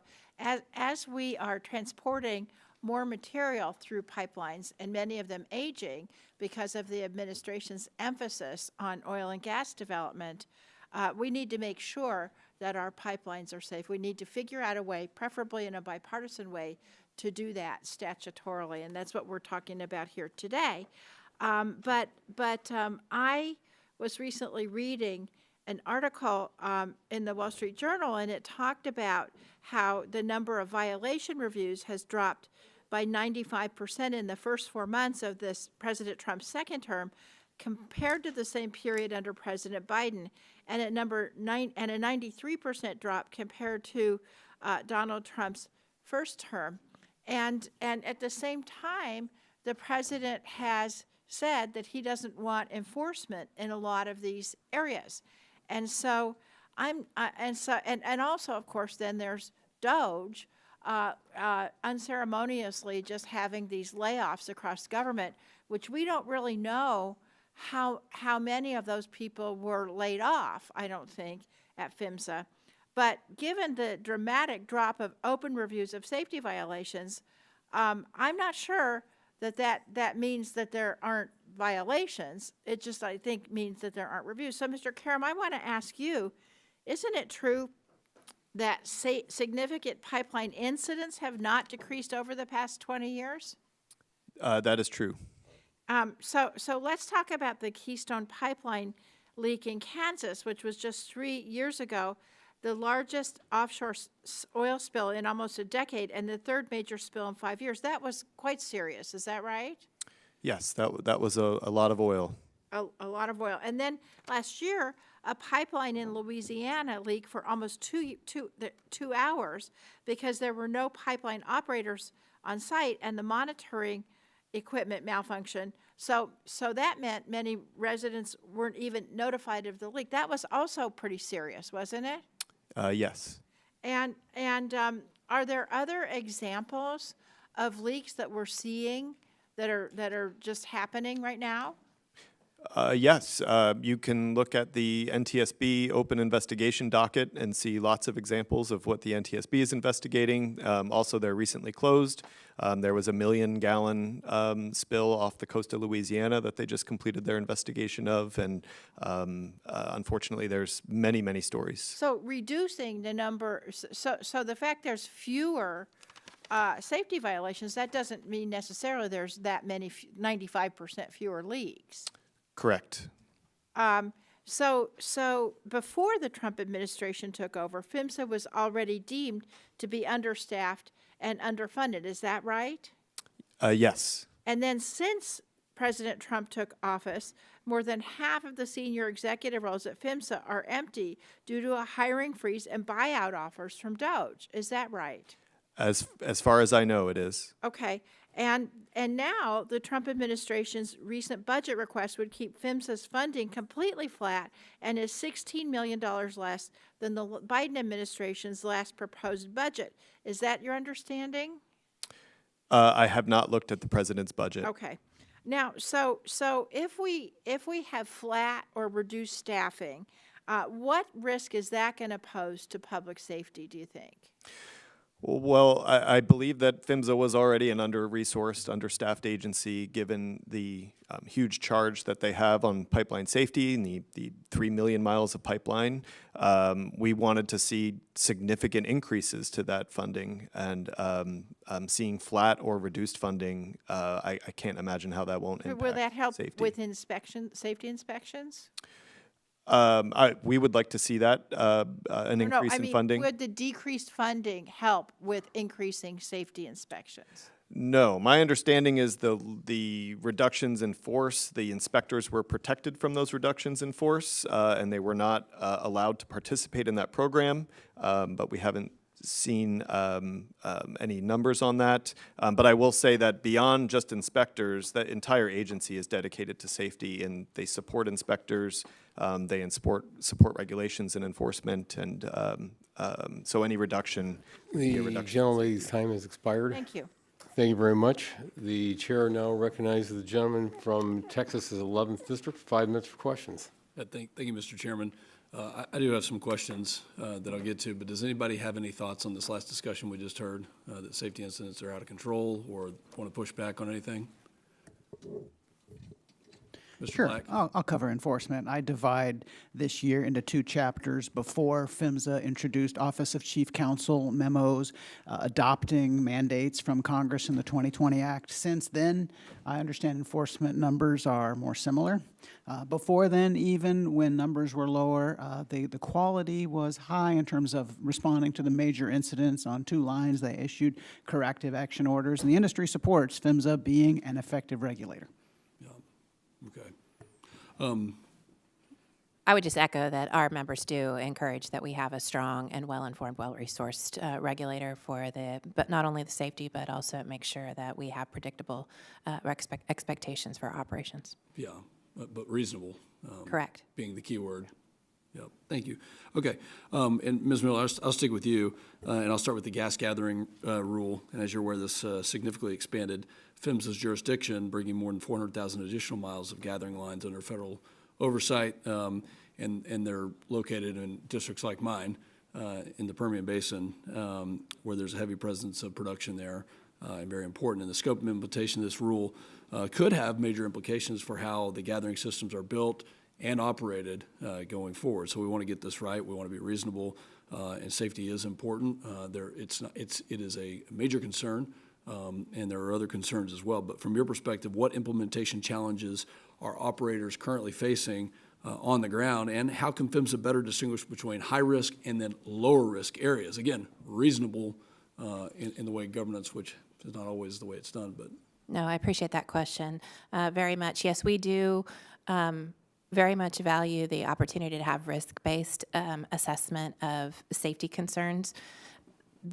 Just because, for example, a pipeline may have, 2 different pipelines may have similar diameter or similar pressure, there are other circumstances to consider in order to make sure that we're assessing what the risk is appropriately, including, for example, proximity to populations, length of pipeline. One of the things I also wanted to make sure that this subcommittee is familiar with is the difference between the differences that exist between gathering pipelines and transmission pipelines, not only physically but commercially. So it's important to remember that the interstate pipelines are subject to regulated rates with uniform tariffs versus gathering pipelines are subject to market-based negotiated compensation and negotiated commercial terms. So very different application. I'm sorry that more of my colleagues aren't here to hear that. And we always take trips down there, and we do point out the difference in the Permian Basin of gathering systems versus the larger pipelines, interstate type. And just real quickly, and I want to get to Mr. Moriarty, but having frequent GPAC meetings and ensuring participation from stakeholders, what's the importance of that, and how does that help PHMSA regulate? We really appreciate the GPAC process. We think it helps bring more informed regulation, which therefore is more likely to be implementable. And we want to encourage that GPAC process also include more insights from gathering operators when it's regulating, as it is more, as PHMSA is more often regulating gathering now. Thank you. I had Mr. Moriarty, I had some things I was going to say, but let me just get right to the question. In your view, is there any realistic path to a reliable grid without natural gas playing a role as the backbone? Thank you, Congressman. No, there is not. And would you agree that if we're going to meet the rising demand while also keeping the lights on, that we need to get serious about modernizing and expanding our natural gas infrastructure? And give us your thoughts on that. Yes, I would agree with that. Natural gas pipelines are the safest way to move the energy that this nation needs. And there's ever more demand for energy across our service territories, which is the United States. And to meet those demands, we need to construct and safely operate pipelines as well as LNG storage facilities. Where did the negativity come from in this country towards pipelines? How did we get here? Well, I don't know. At Chesapeake Utilities, and that's what I can speak of, we take very seriously our obligations to the communities we serve. And those communities are where we live and where we work. Yeah. So if an issue is raised with us, we immediately study it and address it. So I'm not quite sure what's happening elsewhere. Yeah. Science and math, they're the safest form of transportation and transmission, and they keep the lights on. I yield back. Thank you. The gentleman's time has expired and yields back. The chair now recognizes the gentleman from Massachusetts 4th District, 5 minutes for questions. Thank you, Chairman. Appreciate the witnesses being here today. I do want to start off by echoing the comments from my colleague from New Jersey, Mr. Menendez. Like him, I sat on the Transportation and Infrastructure Committee last Congress. The difference in process on pipeline safety reauthorization between what I saw there and what's been described about this committee's process last year could not be more different. That on T&I was a bipartisan bill. Not everyone got everything they wanted, but everyone got something, and we were able to move the ball on safety. And it just seems like that's the opposite of what happened here last year. I really hope this time is different because there is a lot of areas where we can move the ball forward in a bipartisan way. Mr. Caram, did the Pipeline Safety Trust think that there were serious issues with the partisan bill that E&C Republicans put forward last year?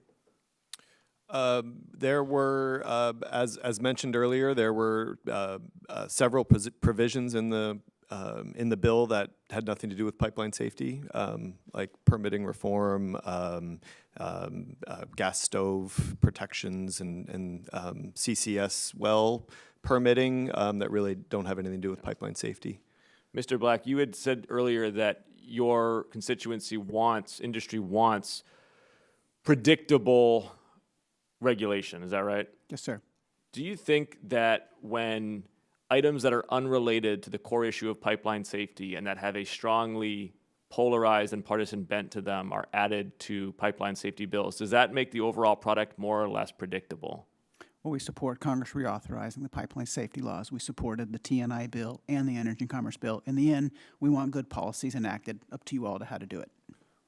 Right, but if the policies enacted are done on a partisan basis, does that inspire more or less confidence in industry that they can count on those regulations over generational time span? Because you're making long-term capital investments, right?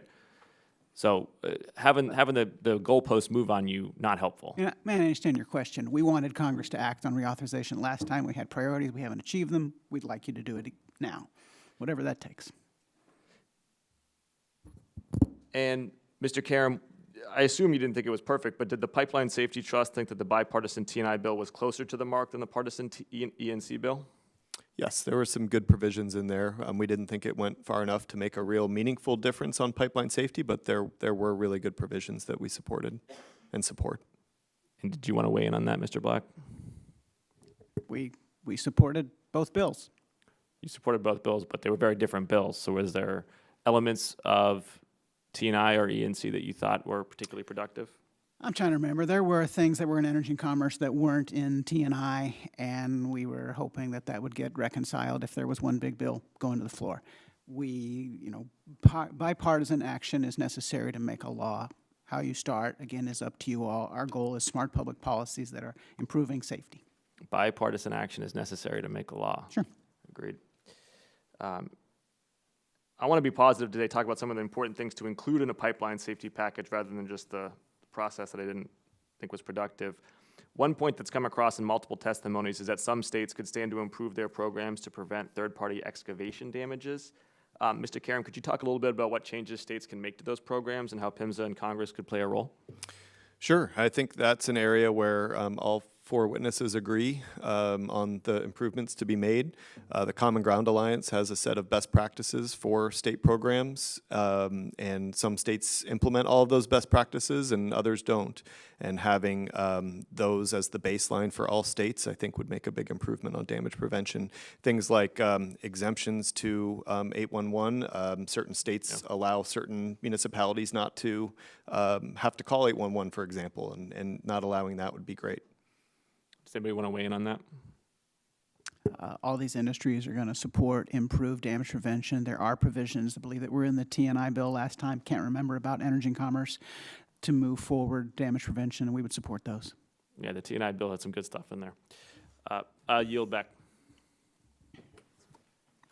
Thank you. The gentleman yields back, and the chair now recognizes the gentlelady from Tennessee's 1st District for 5 minutes for questions. Thank you, Mr. Chairman, and thank you to the witnesses for being here today. Can you see me for that big chair? Ms. Miller, as Ranking Member Pallone stated, GPA successfully argued that some PHMSA regulations have not been cost-effective, but how important is cost-effective regulation for operators as you prioritize safety? We believe cost-benefit analysis that is part of the PHMSA regulation rulemaking process is very important. We want to make sure that we are able to prioritize the highest value safety priorities, and also make sure that regulation is implementable, that there's technology actually available in order to achieve those goals. The process now for the implementation of rules, which provides for input from the GPAC process, but also from the public, ensures that there's a more informed regulation that's more likely to be executed.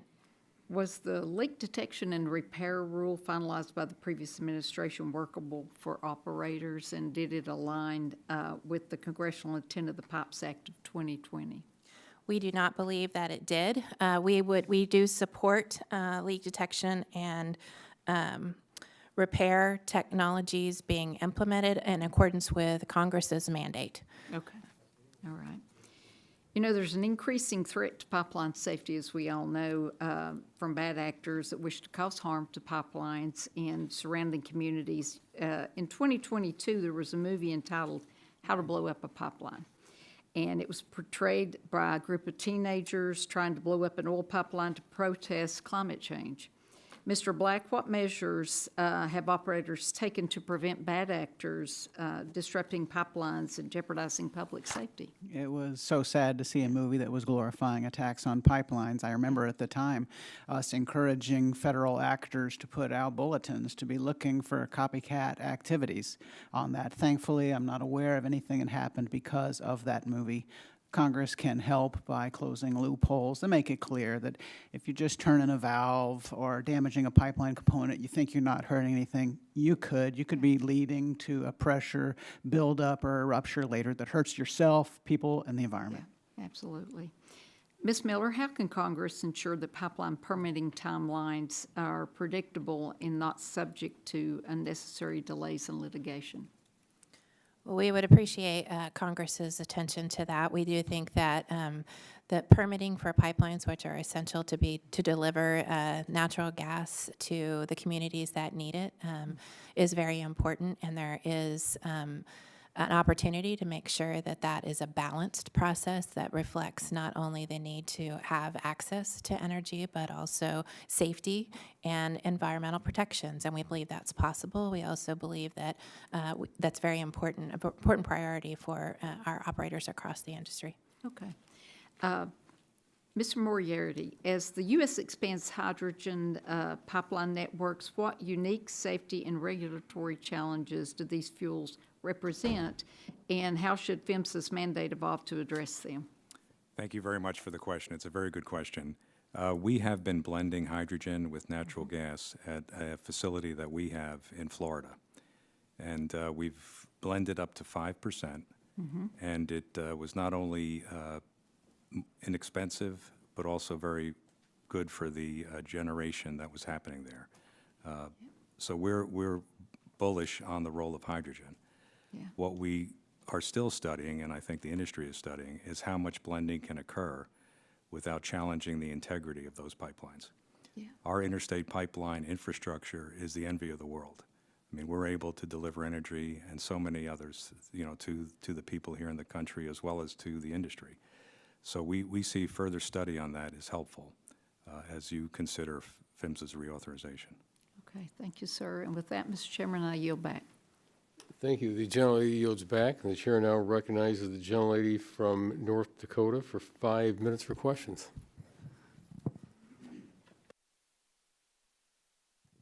Excellent. Thank you. Wasn't expecting to be up so soon. I'm usually the very last, so guess it pays to stick around. Well, thank you all for being here. I appreciate you lending your expertise to this very, very important subject. I've been a pipeline proponent for many years. I spent 12 years as a utility regulator and permitted a lot of pipelines myself in the state of North Dakota. So I want to talk a little bit about the state role first. I have recognized the challenges at PHMSA in terms of staffing for years. One of the challenges is they don't operate a state inspection training program as effectively as they could to help get more state inspectors out there. It takes too long to certify these people. So what do you think they could be doing to help, and what are you guys focusing on in terms of encouraging PHMSA to use like remote training programs and really get the training system up to speed so that the state inspectors can hit the ground running sooner? Mr. Black, maybe you and Mr. Caram. It's great to have you on the committee, given your role in North Dakota. Thank you and welcome. State inspectors with quality experience and knowledge on pipeline inspections is very important. I've been to PHMSA's training center in Oklahoma City, and you're right, it's important to be able to expand the capacity of that training. It's in the industry's interest that anybody inspecting a pipeline is quality, knows what they're doing, and is working in concert with others. We'd like to do that. We'd like to also see states reduce damage prevention exemptions so that we can protect pipeline safety, and then to work in their inspections with PHMSA to make sure that they're not duplicative when PHMSA has approved a state to inspect interstate transmission. Okay. I would encourage you to encourage PHMSA to do online training for state inspectors, at least for some of the programs. They don't have to be present. I'll make that call to do today. that. Thank you. Yes. Mr. Caram, any? Yeah, I'll echo Mr. Black's comment. I welcome your expertise and experience to the subcommittee, and I think the quality of your question really shows that expertise that you bring, and so thank you for it. It is you've identified a real issue with state programs. I think in addition to how long training takes, I think increasing PHMSA's ability to attract and retain talent. I know there's a lot of competition for these inspectors once they're trained to be, paid more by the industry. And so giving PHMSA more flexibility, giving the state programs more flexibility under the PHMSA program in their ability to attract and retain through the funding and their agreements, I think would go a long way in keeping that talent on the state programs longer. Okay, very good. Thank you. I'd also encourage you to make those comments to PHMSA. I will do so. I'm curious about this demonstration program that was kind of choked off by the last administration. Mr. Black, I mean, everybody here has talked about the use of technology, and that's something that we should be able to agree on a bipartisan manner. Let's use the technology for a better purpose. What do we need to do to reinvigorate this pilot program so we can test some of this stuff and get it in the field? First, Congresswoman reauthorized the program in this upcoming reauthorization. It lapsed. Nobody used it. It was because PHMSA applied rules that you all didn't tell them to do. So tell them to do it without bureaucratic hurdles. I don't think they will apply the special permit process to it or NEPA to these decisions, but show PHMSA the importance that you have in demonstrating new technologies and how they can improve pipeline safety. Okay, very good. And then my last question, this will have to be quick. Our infrastructure is aging, but it's really, really hard for companies to build new pipelines. I mean, so this one goes to you, Mr. Caram. You've got kind of a bully pulpit to talk about these issues in terms of a public safety position and talk about the value of pipelines in terms of being the safest method to transport a lot of these products. What are you doing to help educate the public about the need for replacing old, aging pipelines that are more prone to leaks with the new stuff to help advocate for permitting processes that are certain and the construction of new pipeline after that? Well, we don't necessarily see the permitting reform as part of our mission on pipeline safety, but we do advocate for the pipe replacement program that was in the Bipartisan Infrastructure Act, and has been some draft legislation on this round of reauthorization, and we continue to support that program to replace that aging, leak-prone, problematic pipe. Okay. I'm over time. Sorry. Thank you all. The Appreciate your gentlelady's time. time has expired and yields back, and the chair now recognizes the gentleman from Texas's 33rd District for 5 minutes for questions. Mr. Chairman, thank you very much, and let me start by reaffirming, I think, what we all know to be true, and that pipeline safety is not a luxury, but it's a necessity, and we rely over literally 3 million miles of pipeline to move energy and materials that power this country. It's very critical for keeping our houses cool and keeping them warm, and jobs. So, I mean, it's important for everything, and that's why PHMSA's mission is so important. And that's why this committee's work to reauthorize PHMSA is long overdue. I think that we've let the agency's authorities lapse even as pipeline miles expand and aging infrastructure strains and new fuels like hydrogen and CO2 are finally starting to enter the system. And as a Texan, I know better than most how central pipelines are to American energy. They're efficient, they're economical, and they're essential, but they're also not infallible. And we have to look for ways that we can raise the bar on safety with new energy demand surging, the country growing, things like hydrogen and CO2 infrastructure coming online, and extreme weather risks and extreme weather extremes increasing. The stakes really couldn't be higher. We need PHMSA to ensure that we have the tools, the staff, and the authority to really prioritize safety and reduce leaks and protect a lot of our communities as well as we experience this growth and this new demand for energy. And so I think that what we really need to be asking ourselves is, how can we make real progress on pipeline safety without getting bogged down in partisanship, which is something that I've really stressed a lot on being on the subcommittee. And so at the end of the day, this hearing is not just about policy, but it's really whether about families can feel safe in their homes and businesses, and whether or not we're going to have the energy that we needed. And so I wanted to ask Mr. Caram, your organization often works across stakeholder lines, and I wanted to ask, like, what are 2 or 3 practical bipartisan steps this committee could take in reauthorization that would increase pipeline safety and community trust, but still be workable for the industry? Yeah, thank you so much for that question. Two things come to mind, both of which I mentioned briefly. The first is in-home methane detectors or natural gas alarms. The NTSB has been recommending these devices for some time. There's been some disagreement as to whether that's really under PHMSA or a state program's jurisdiction, but I firmly believe that it is part of a operator's public awareness responsibilities and could be part of the public awareness regulations. And you know, this subcommittee could make that happen. We saw in Japan when they adopted widespread use of natural gas alarms, we saw the incidents decrease by 90%. I firmly believe that widespread adoption of natural gas alarms will make a meaningful difference quickly on fatalities from pipelines. And another would be fire shutoff valves or thermally activated shutoff valves. These would help mitigate the damage from a fire in a building that could be made worse by the presence of gas service. They're very simple, inexpensive devices. I believe they cost $75. They're required in Massachusetts already and have been for some time.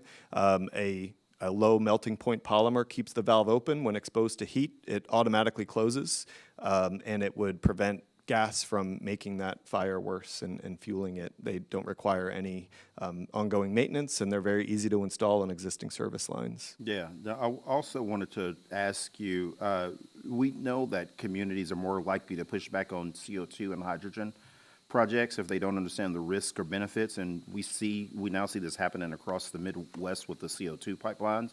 What tools like mapping, early engagement, or post-incident transparency can Congress support to build trust in these next-gen pipelines? I think the biggest piece of building trust for this type of pipeline is improving the regulations. There are glaring regulatory gaps. Certain types of CO2 pipelines aren't covered by any minimum safety regulations.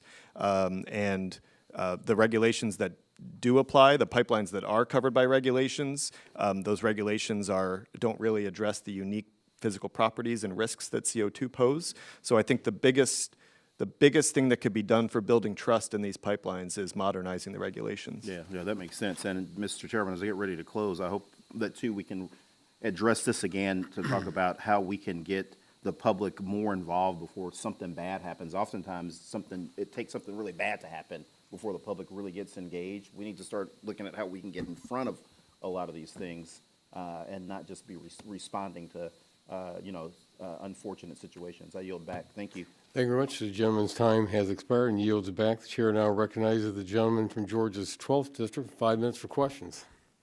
Thank you, Chair Lauder, and thank you for holding this important hearing to discuss policy on expanding our pipeline capacity.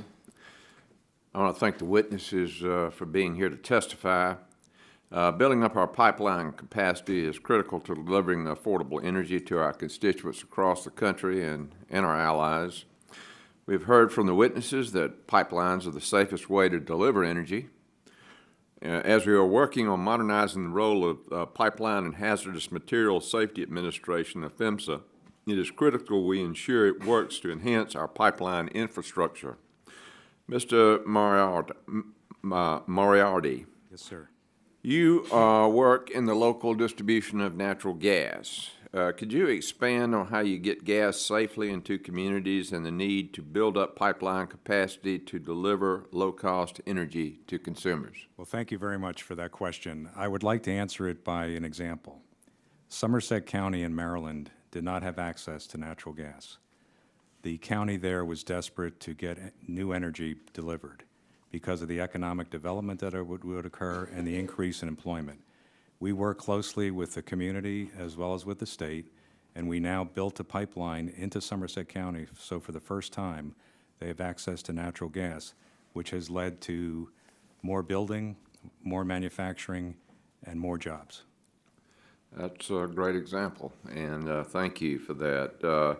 Mr. Black, Ms. Miller, you both mentioned the need to reform the special permit program. Can you share how reforming this program will expand pipeline infrastructure projects? The special permit program has been nearly broken by the application of unnecessary conditions that are unrelated to the waiver being requested, and they've taken too long. PHMSA should reform the special permit process, and Congress should tell them that they should. Decision delays, decision deadlines, excuse me, and no extraneous conditions. How will that help? One-size-fits-all regulations can't possibly apply to all the different types of conditions, operations, pipe that's out there. If we reform the special permit process, get people using it, have regulations that are suited to that specific pipe, that contributes to unleashing energy because we can have the pipe that we need to go where we need it to go. Okay, Ms. Miller? I would echo what Mr. Black said. We agree that not only is the special permit program offers that opportunity, but I would point out as well that performance-based measures and PHMSA pipeline safety programming can allow for the evolving technology in order for more fit-for-purpose solutions. Okay, as a follow-up, how can PHMSA modernize the special permit process so operators can realize the intended benefits of the process, Mr. Miller? Ms. Miller, I'm sorry. Thank you. I would actually, I defer to Mr. Black, who did such a nice job of describing the special permit program and the opportunities for improving upon it, but we echo that there's an opportunity to allow for the fit-for-purpose solutions that bring better safety outcomes. Okay, At Mr. its essence, Black. Congressman, no unrelated conditions. Deal with what the pipeline operator is requesting. Don't take this opportunity to impose something else. Do that through the regulatory process. Second, have a decision deadline so that permits get ruled on and we get these changes made. Okay, all right.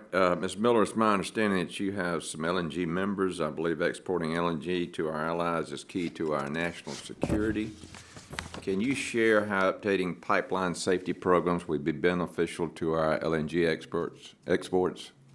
Having a greater supply available for export and not only facilitates the export of that to our allies, but that also has environmental benefits because natural gas is a more environmentally friendly energy source, and energy demands, of course, are increasing around the world.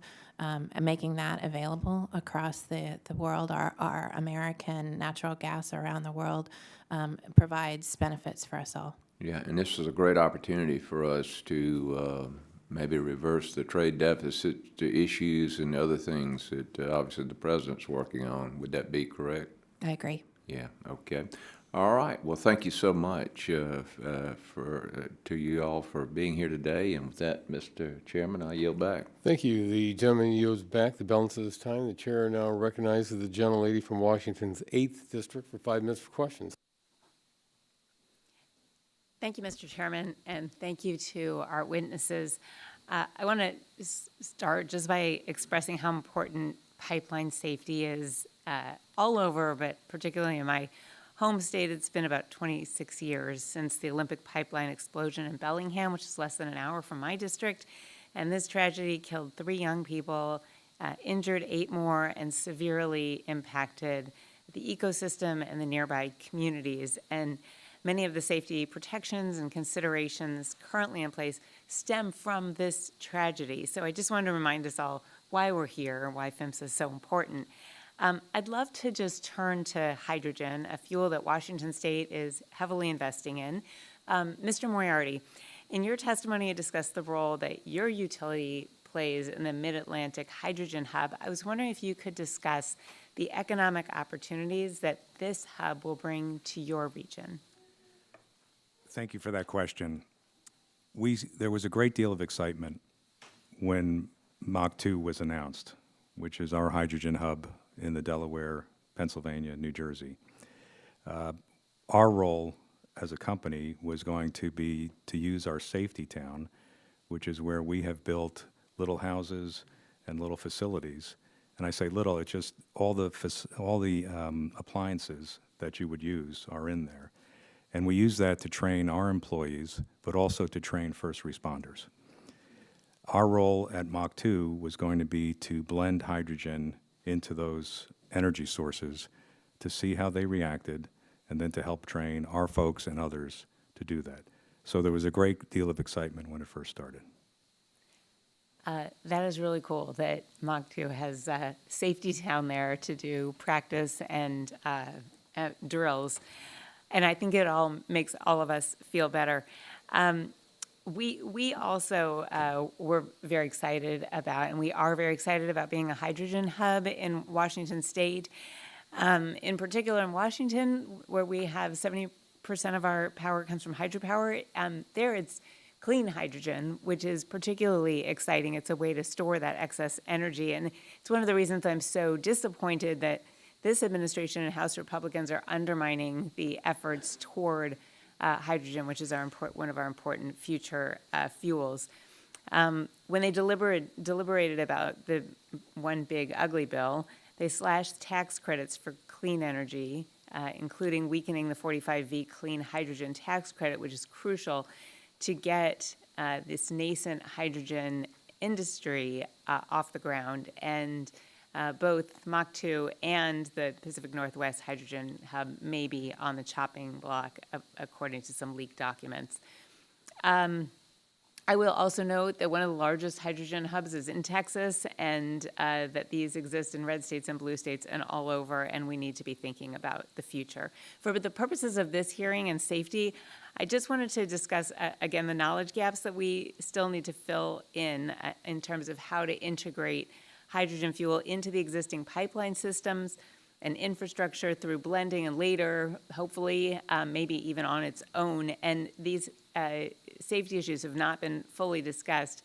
Mr. Caram, it's good to see you again. We talked about some of these unknowns last time you were here and why further studies are needed to evaluate what modifications are needed to existing infrastructure to be compatible with hydrogen. We didn't know a ton at the time. It's been about a year. We still haven't passed PHMSA reauthorization and with a hydrogen blending study to address these safety concerns. And I was wondering if you could speak to the urgency of this, the consequences of not filling those knowledge gaps sooner rather than later. Yes, thank you for the question.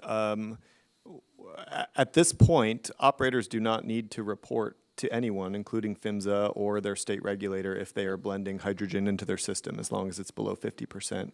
So we don't really know how urgent this is because we're not aware of how many operators are blending hydrogen into existing systems.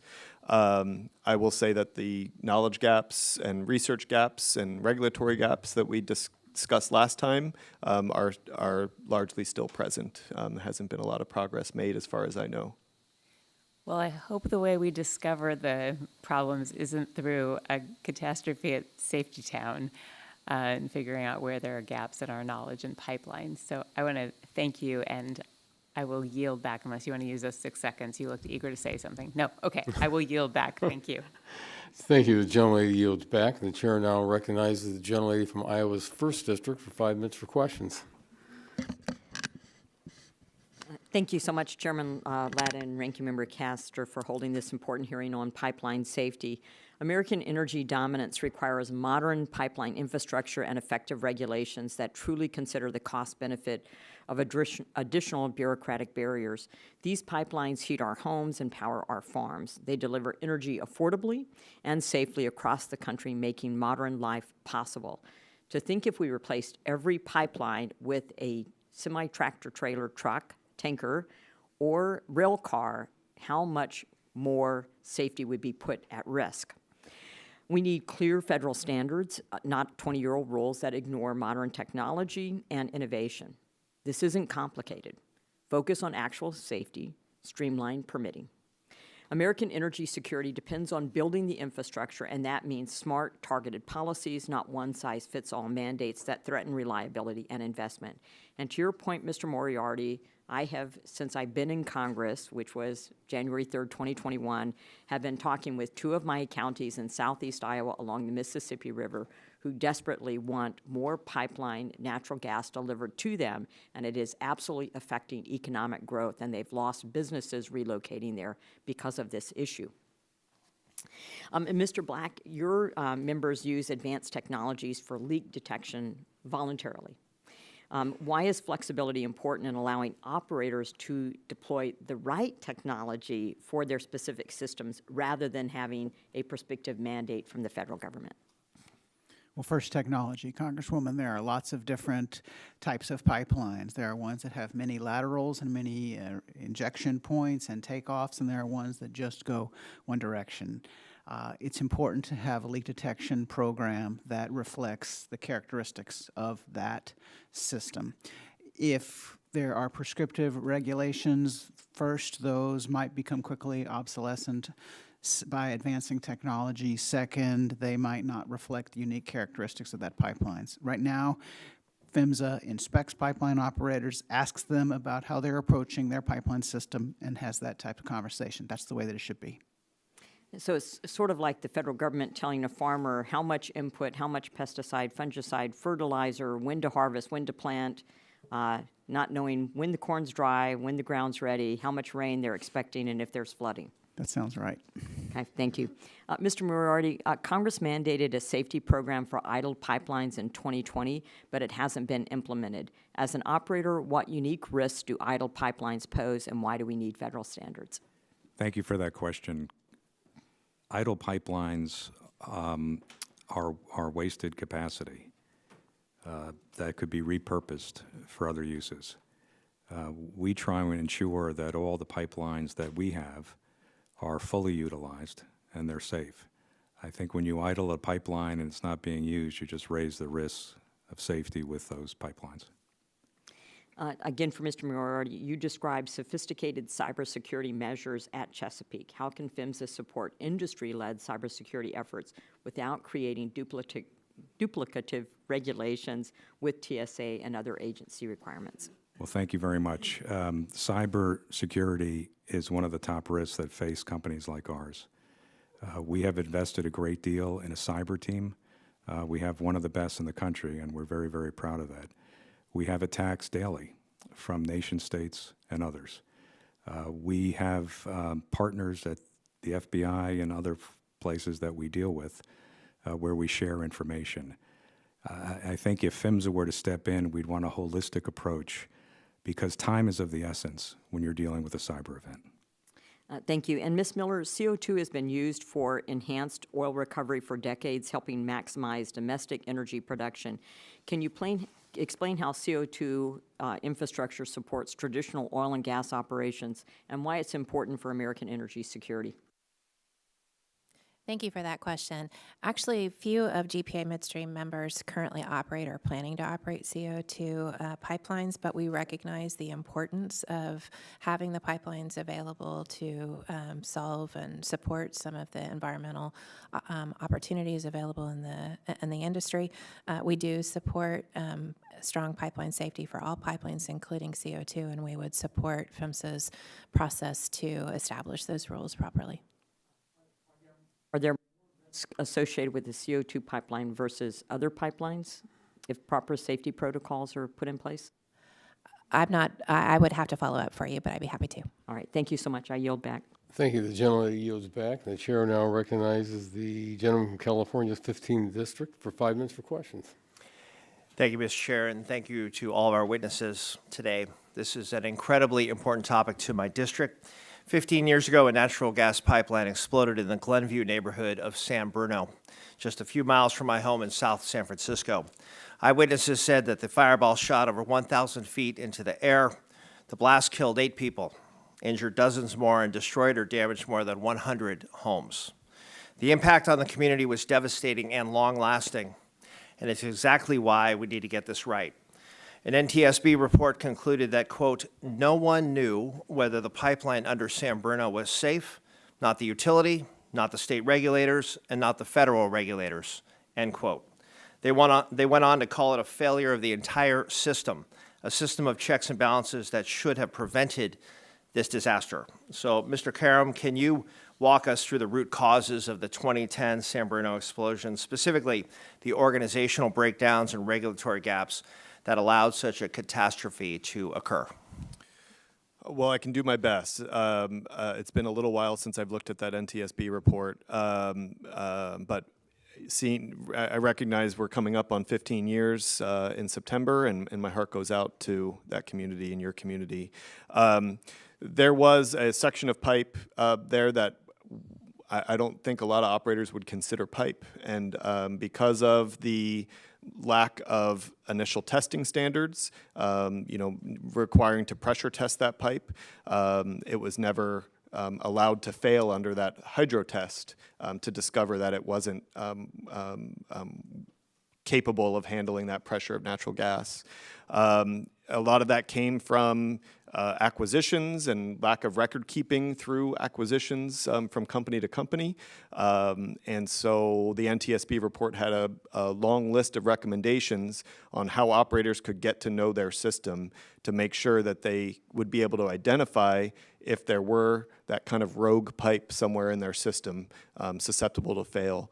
And PHMSA has, it took a long time, but they have enacted a series of rulemakings in response to those recommendations, and there are some real improvements in those regulations that they've passed. Unfortunately, because of the non-application clause and cost benefit, not all of the NTSB recommendations were able to be implemented by PHMSA. Some of those key recommendations. Thank you for that. So under the Trump administration, PHMSA's enforcement actions have dropped to record lows, and nearly all of the agency's senior career staff has left. The agency has also delayed publishing a rule on gas leaks. Instead of prioritizing safety, unfortunately, the administration has proposed slashing PHMSA's budget by $16 million and threatened to withhold funding from your organization, Mr. Caram, the Pipeline Safety Trust. So given all of that, my question is to you again, sir. What does Congress need to do to ensure that pipelines are actually safer today than they were 15 years ago? I think Congress serves a critical oversight role, authorizing the appropriate level of funding, appropriating that funding, and then overseeing how they are implementing the Pipeline Safety Act. Hearings such as this can do that. Hearings with PHMSA would be helpful as well. Congress asked PHMSA to, in its oversight role, asked PHMSA to produce a web chart showing its progress towards all of the mandates towards rulemaking, and required that that be updated on a monthly basis. I think that's a key piece of oversight. It's also key for members of the public to really see where those rulemakings are prioritized. And the last time I checked, that hadn't been updated since January. Appreciate the renewed attention on this. Thank you all for your testimony. And with that, I yield back, Mr. Chair. Thank you. The gentleman yields back the balance of his time, and the chair now recognizes the gentleman from South Carolina's 7th District for 5 minutes for questions. Thank you, Mr. Chairman. This is a fascinating hearing, and I really appreciate the witnesses for being here. I'm struck a little bit by some of the commentary from the other side of the dais, that there is a perceived lack of enforcement. Mr. Black, earlier in a dialogue with Mr. Pfluger, you talked about 2 different sessions, if you will. What did you mean by that, and could you expand upon that when it comes to enforcement? A couple of months ago, PHMSA's Office of Chief Counsel issued publicly a guidance on how this administration is going to be enforcing pipeline safety. Congress in the 2020 Act had said that more due process needed to be provided to respondents, so that was part of it. Before that series of memos from the Chief Counsel, there were public reports that numbers were down. Since then, the numbers of enforcement activities are higher. I don't think it's the numbers that matter. To me, we look at, is PHMSA on the case on major incidents? Do pipeline operators recognize that PHMSA is going to deter unsafe pipeline operations? Pipeline operators absolutely know that PHMSA has that authority, and they're not thinking that this is, they're recognizing that we still face enforcement potential from PHMSA. So you're not maybe the Chicken Little exercise that we heard from the other side about the skies falling. What you're saying is that you don't think that the current numbers substantiate that allegation. Correct, and I'm not sure if numbers are the right way to do it. On the Keystone, there was a quick corrective action order telling the pipeline operator to change its operations until PHMSA approved it. That's the type of activities PHMSA is supposed to do. Mr. Black, who was the head of PHMSA under the Biden administration? It was Tristan Brown, the deputy administrator. There was no confirmed administrator. Why is that? We don't know. In my time, there had never been an administration that failed to nominate an administrator. Well, I mean, we've all seen that the former president was kind of asleep at the wheel for most of his administration. So what you're saying is that there was no actual head. There was a deputy administrator, but no one that was nominated by the White House to be in the role. Correct. Is that the same today, or is there an actual? There's a nominee, Paul Roberti, from the president to be the Senate-confirmed head of PHMSA, and he had his confirmation hearing last week, and we hope he's adopted. We think it's better for PHMSA to have Senate-confirmed leadership to be able to work with the Congress. What is your understanding, Mr. Black, of the budget of PHMSA under the 2025 fiscal year? Do you know roughly what that number is? No, but I understand that the president's budget request is the same as it was in the last year. $218 million, does that sound about Yes, right sir. for fiscal year 2025? Yes. How much of an increase do you think that is from, say, fiscal year 2023? I don't know. $73 million. Right. So you've seen a dramatic, so when we talk about scaling back funding or saving the taxpayers' money, this isn't a scenario where their budget has been flat for years and they're receiving a cut. In fact, they received a 50% increase just 2 years prior to that. So again, when we're talking about funding, I think it's important to understand the context of that funding and where these funding mechanisms came from. Do you agree? Yes, if we think PHMSA should be focused on pipeline safety, should have qualified personnel with STEM experience and pipeline operations expertise, if it takes Congress giving PHMSA extra help, we're ready to have them do that. We want PHMSA to have the resources that it needs. To do the job of the original mission, Focus on perhaps. pipeline safety, yes. Correct, not the other ancillary things. I mean, they've kind of become a de facto EPA, if you will, under at least the Biden administration. The emphasis was not there, right? There were congressional mandates, say, on idled pipe that were just not issued during the last administration, and they bungled the implementation of the Pipeline Safety Technology Demonstration Program. We hope that this PHMSA will be focused on the right things. Thank you for that. Ms. Miller, one example of PHMSA regulations not keeping pace with modern-day conditions is the class location regulations, which have not been updated in about 50 years. Do you agree that population changes around pipelines necessitate changes to existing laws? And would those changes enhance pipeline safety? We believe that there are opportunities to ensure that risk assessments, including cross location analysis, is done to ensure that the right priorities are and resources are made available for the highest priority safety results. So yes. Thank you. PHMSA should also integrate efficiency and flexibility into the regulations to incentivize PHMSA to modernize. Would PHMSA integrating more integrity management principles into class location regulations elevate safety standards across more miles of pipelines? We believe it would. Performance-based measures across not only interstate pipelines, but also for gathering and local pipelines would matter as well. Thank you for that, Mr. Chairman. I yield back. Thank you. The gentleman's time has expired, and the chair now recognizes the gentlelady from California's 7th District for 5 minutes for questions. Thank you very much, Mr. Chairman. I want to thank the witnesses for being here today. Now, the safe operation of our nation's pipelines should be urgently priority for this committee. But it's now been almost 2 years since its authorization expired with the Pipeline and Hazardous Materials Safety Administration. PHMSA is crucial for protecting communities from deadly pipeline accidents, but Republicans on this committee clearly don't see this as a priority. Instead of working towards a common-sense reauthorization of PHMSA, Republicans wasted the last 2 years trying to force through an extreme partisan bill that would cut pipeline safety by 18%. Now, under President Trump, I'm gravely concerned that pipeline safety has been caught in a broader Republican effort to roll back critical safety and pollution regulations across the federal government. As my colleagues have discussed, multiple senior officials at PHMSA resigned or having been pushed out of the agency. There's been a sharp drop in the number of enforcement actions taken by PHMSA, and President Trump has rescinded critical pipeline safety rules. Now, Mr. Caram, I'm going to keep this very simple. Are these actions going to increase or decrease the likelihood of a deeply pipeline disaster?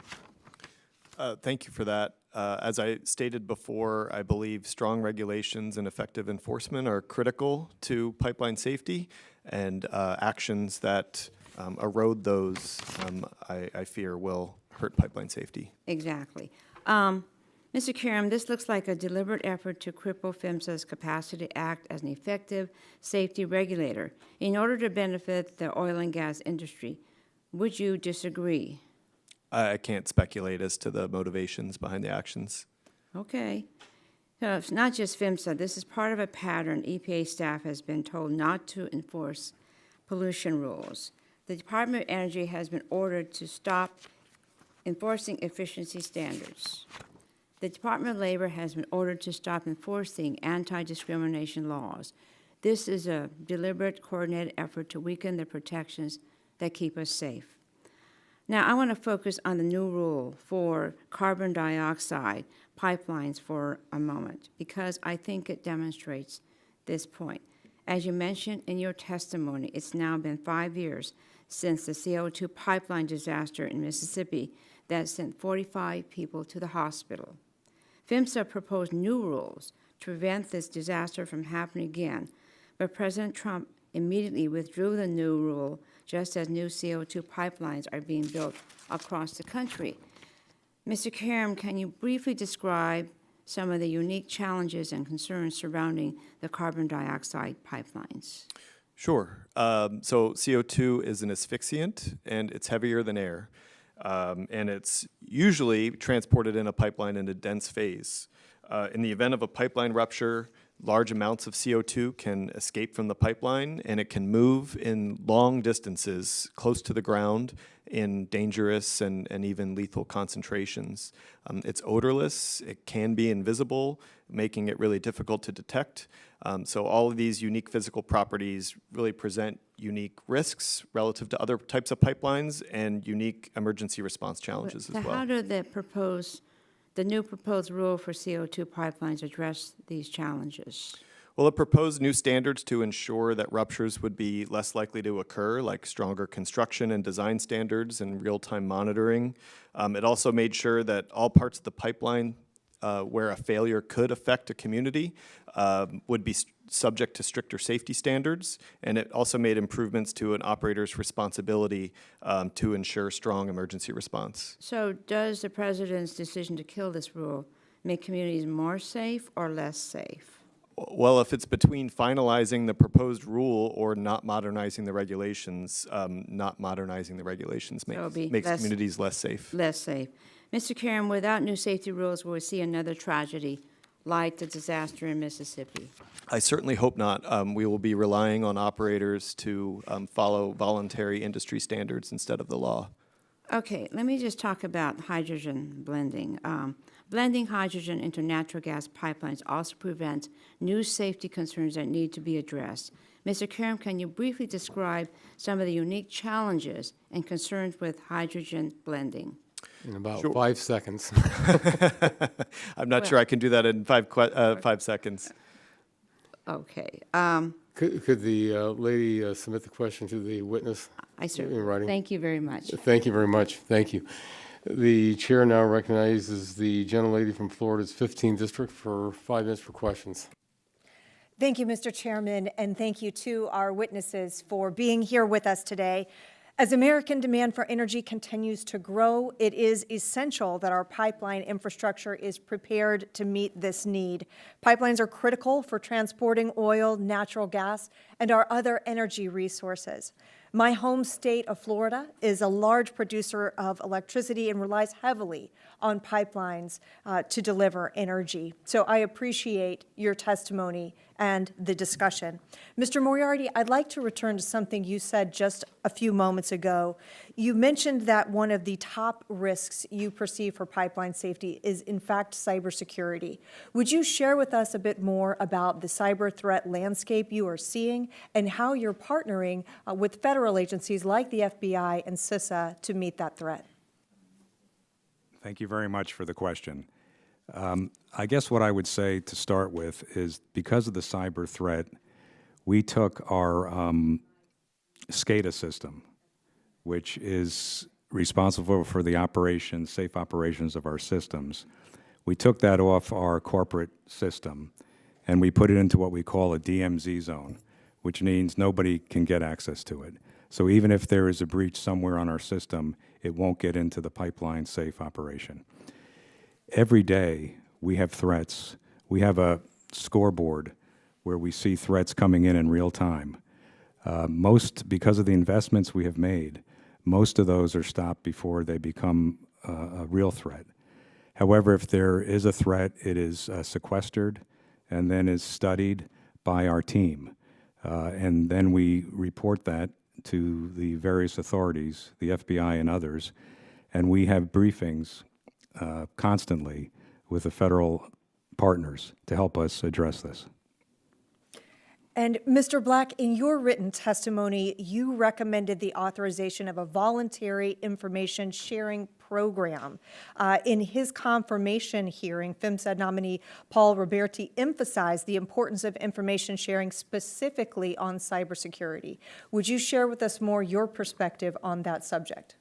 We have a great opportunity to do for pipelines what FAA has done to improve safety in aviation. In the 2016 pipeline reauthorization law, Congress said PHMSA should form a public advisory committee to come up with recommendations on how to develop this type of program. That work has been done, and it's ready for Congress to help authorize it. The benefit would be that pipeline operators, the safety advocates, and government could all talk about incidents and lessons in a safe space. So we're not concerned about antitrust violations. We're not concerned about that information getting out into the wrong hands. It's really been successful in aviation where pilots, machinists, anybody is able to get that information with the focus on improving pipeline safety. So if Congress can enact voluntary information sharing systems similar to what the advisory committee did, we will be able to do that type of a program that the NTSB and others will be cheering us on. And I think it's important to explore something you just touched on, which is the concept of being able to share that kind of information in a safe space. Would you elaborate a little bit more on the types of things that can happen if we don't create an environment like that? For example, the information falling into the wrong hands and how that can exacerbate a vulnerability, or the other potential consequences you face if we don't have a clear framework for sharing that kind of risk or even breach or incident information. So pipeline operators themselves maintain a lot of different programs for sharing information. We want to learn from an incident and get better across the entire industry. But there's a limitation right now in being able to have that discussion with government or to have the pipeline safety trust in the room. You want pipeline operators and anybody in the industry to be able to contribute that information and understand that that's going to be considered confidentially. It's not going to be misused against you in enforcement. There should be enforcement cases going on, but nothing in here should invoke that so that we can do safety. Right now, government isn't allowed to be a part of those discussions right now because they would have to put that information out on the street if asked. It's been successful in aviation. Let's do it for pipelines. Thank you, Mr. Chairman. I yield back. Thank you. The gentlelady yields back the balance of her time. The chair now recognizes the gentleman from New York's 20th District for 5 minutes for questions. Thank you, Mr. Chair, and welcome to our panelists. While I hope we can reach consensus on a bipartisan pipeline safety reauthorization, I have my doubts because recent history has shown that Republicans never miss an opportunity to promote fossil fuel industry interests. And we failed to reach agreement on a bipartisan bill last Congress, unlike our colleagues on the Transportation and Infrastructure Committee, because Republicans couldn't help themselves but to include extraneous provisions intended to promote oil and gas. And that dedication to fossil fuels led President Trump and congressional Republicans to end critical tax credits for fossil fuels' biggest competitors, renewables in the electricity sector and EVs in the transportation sector. This happened despite the fact that numerous independent analyses found that the Republicans' proposal will raise Americans' energy bills by more than $100 annually in the near term, growing to more than $400 within a decade. So during our last markup of energy bills, members of the majority continued to invoke the Keystone XL pipeline, suggesting that the Obama and Biden administrations killed jobs. But after the big ugly bill, it has become crystal clear who actually cares about American energy jobs. Don't take my word for it. Listen to the people who construct both renewable and pipeline projects. North America's building trades unions called the Republicans' Big Ugly Bill, and I quote, "the biggest job-killing bill in the history of this country." It is the equivalent of terminating more than 1,000 Keystone XL pipeline projects. So all of these years later, Republicans want to continue to relitigate Keystone while enacting a bill that will kill an estimated 1.75 million construction jobs, translating to $148 billion in lost annual wages and benefits for American workers. But, Mr. Caram, I want to try to highlight a couple of issues at PHMSA that may affect its ability to ensure safe operations of pipeline infrastructure. Your testimony noted that insufficient resources have resulted in PHMSA lacking technical capabilities, causing the agency to be overly reliant on regulated entities' technical expertise to carry out its responsibilities. This is an extremely troubling trend being implemented across many agencies by the Trump administration. Starving important, life-saving regulatory agencies of skilled personnel and resources is a surefire way to allow corporate entities to cut corners at the expense of everyday Americans and our collective public interests. We're seeing this playbook be executed right now as the Trump administration works to eliminate EPA's Office of Research and Development and lay off hundreds of chemists, toxicologists, and other scientists. And that is because these public servants produce independent science that regulated industries often don't like. Polluters want their regulators to be toothless, to rely upon them for science, and to lack the capacity to verify industry, produce studies, or enforce rules. So, Mr. Caram, I think you might suggest that there has been an historic funding challenge at PHMSA, limiting its ability to be an effective independent safety regulator. But do you have a sense of whether things will get better or worse if Congress further reduces PHMSA funding authorization levels, as was proposed by committee Republicans just a few years ago? Yes, I'd have to imagine they would get worse. So I thank you for that. And I want to highlight another disturbing trend being advanced by the Trump administration and Republicans in Congress.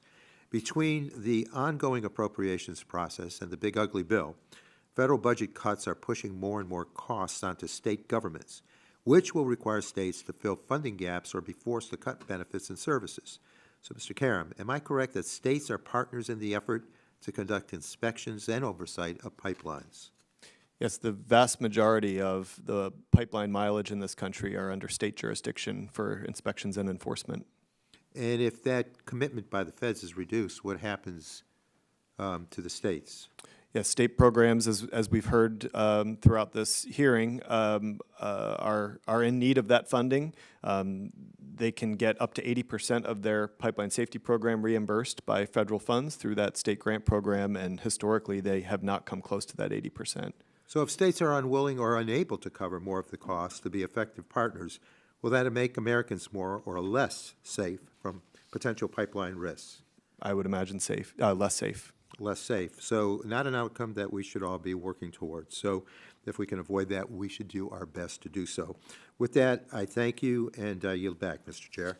Thank you. The gentleman yields back the balance of his time. The chair now recognizes the gentleman from Ohio's 6th District for 5 minutes for questions.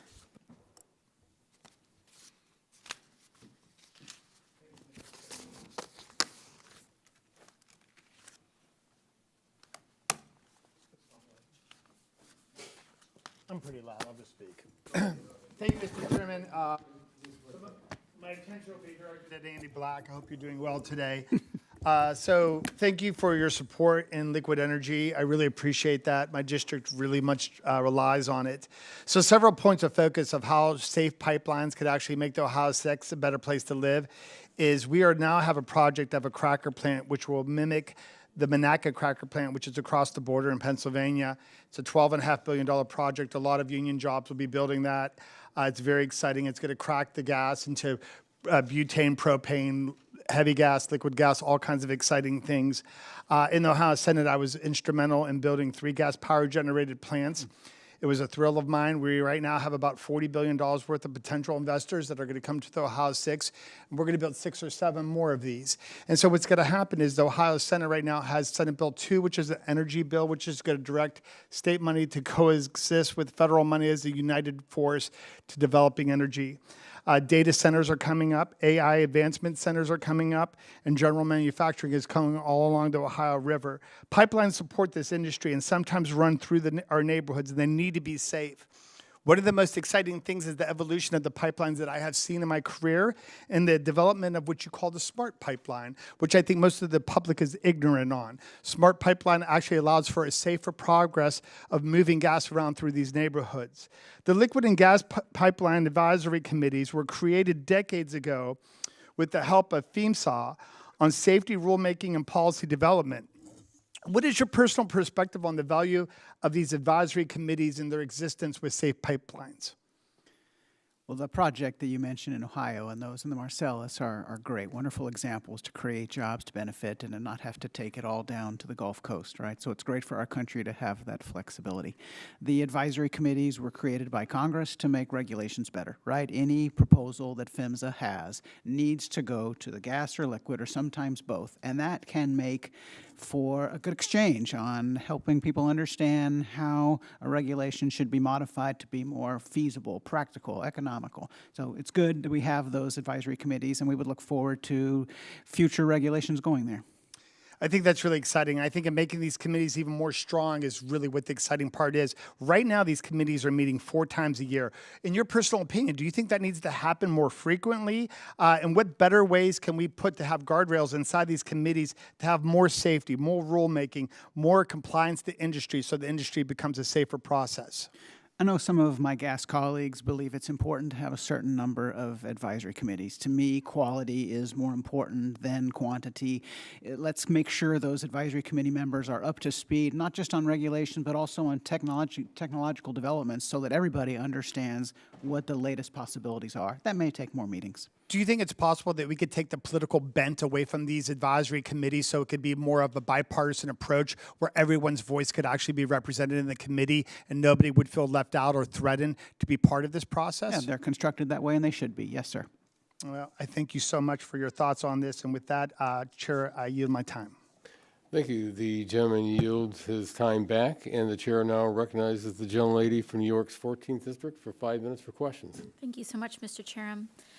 Mr. Caram, I want to touch on something that you mentioned in your written testimony, which is that pipeline safety law currently prevents the Pipeline Hazardous Materials Safety Administration, or PHMSA, which we are discussing today, from imposing safety regulations on existing pipelines. And that was, frankly, shocking to me. It means that it will be a monumental task to make the existing 3.3 million miles of pipelines in our communities safer. Can you talk about how this requirement prevents us from making the most dangerous pipelines in America safer? And should we look at altering that requirement in any reauthorization of PHMSA? Yeah, thank you for that question.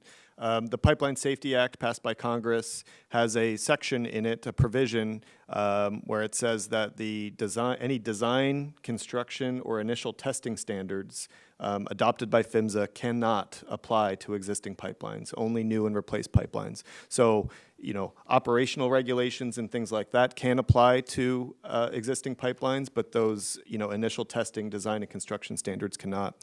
And what that means in practice is that PHMSA has been unable to make certain life-saving regulatory changes, including those recommended by the NTSB after tragedies like San Bruno, like requiring rupture mitigation valves in high-consequence areas that we know would save lives.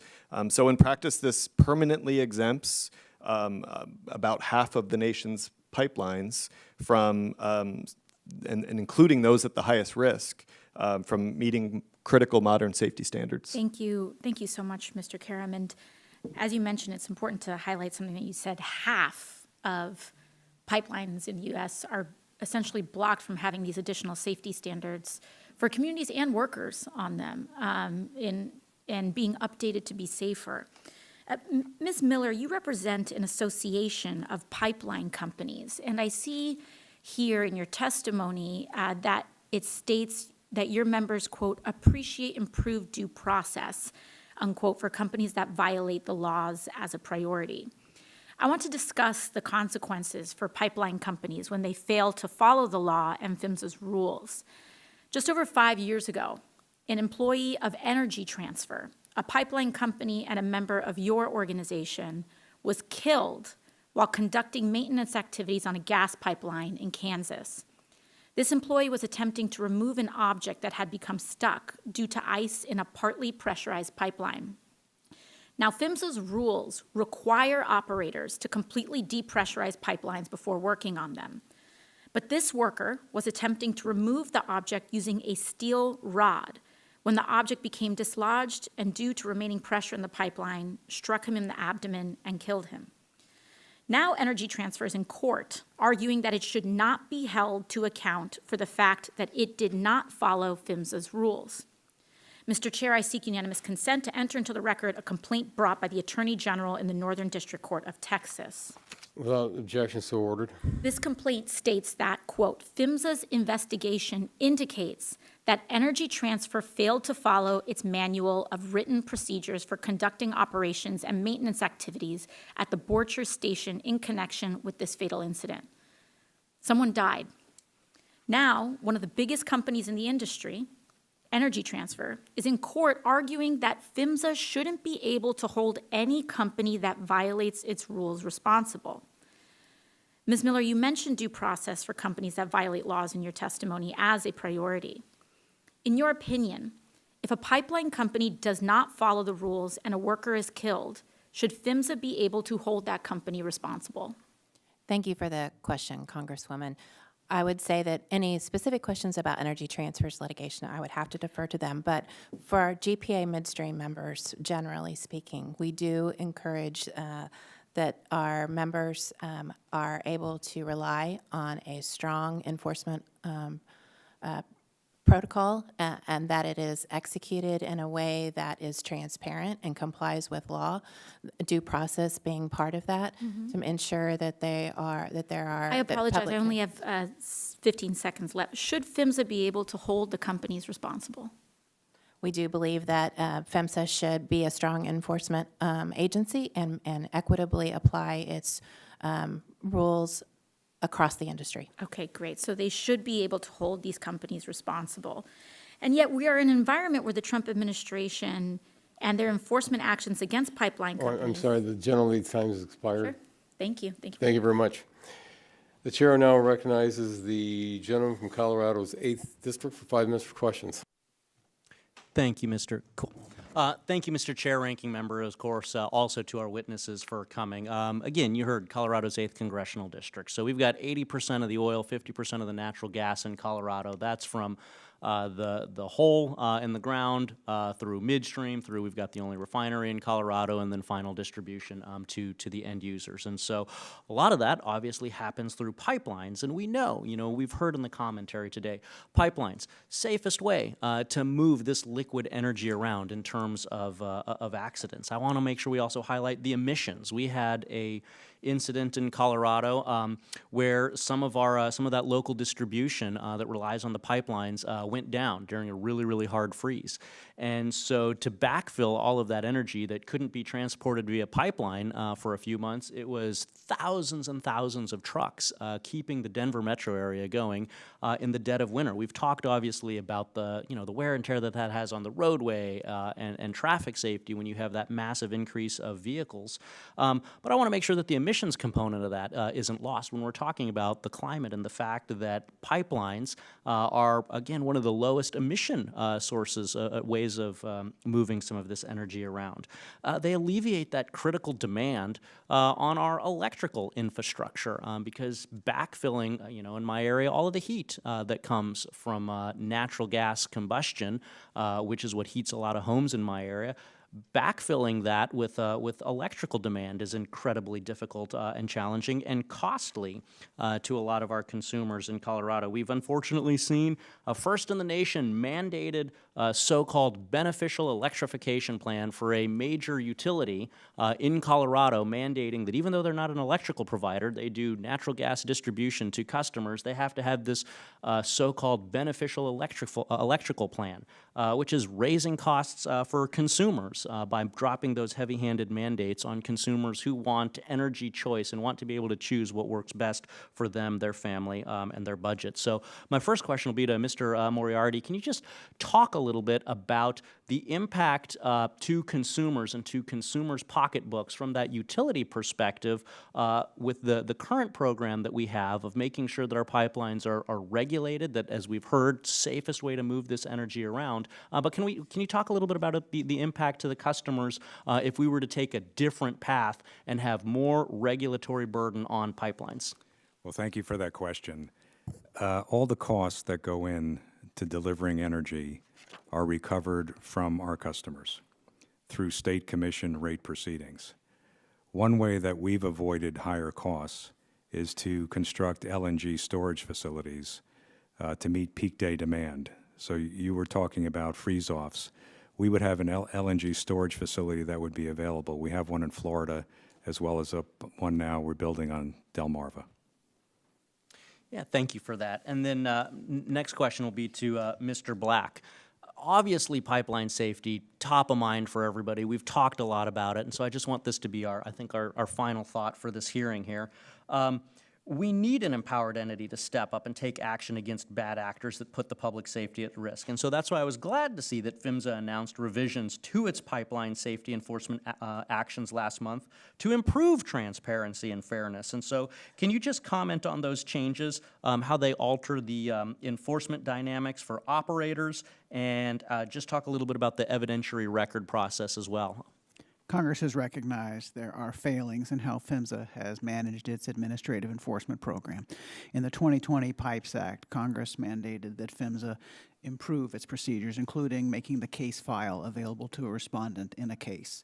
Then PHMSA, in the last administration, failed to do that. It happened episodically, sometimes not others, and it wasn't really codified in PHMSA's regulations. And so PHMSA has now, in the last month, as you say, improved that. It's a level playing field. That's all pipeline operators are asking for, due process when PHMSA exerts its administrative enforcement program, because pipeline operators know that PHMSA needs to be active and deter unsafe operations and give Congress and the American public confidence that they are on that case, making sure that we have a safe network. Well, with our final 24 seconds, I guess I'll just close with, I think we've heard safety is top of mind in this space. We have that record of safety. We have that record of being responsible toward the climate, because this is one of the lowest emission ways to move energy around. It's cost effective for consumers, and then in my district, this provides high quality jobs for a high quality workforce that maintain these pipelines, and I yield back, Mr. Chairman. Right on the button. Thank you very much. Seeing no further members wishing to be recognized to ask questions to our witnesses, I want to thank you all for appearing before us for today. Members have additional written questions that may be for you, and I'll remind members that they have 10 business days to submit additional questions for the record. And I ask that the witness do their best to submit the response within 10 business days upon the receipt of the questions.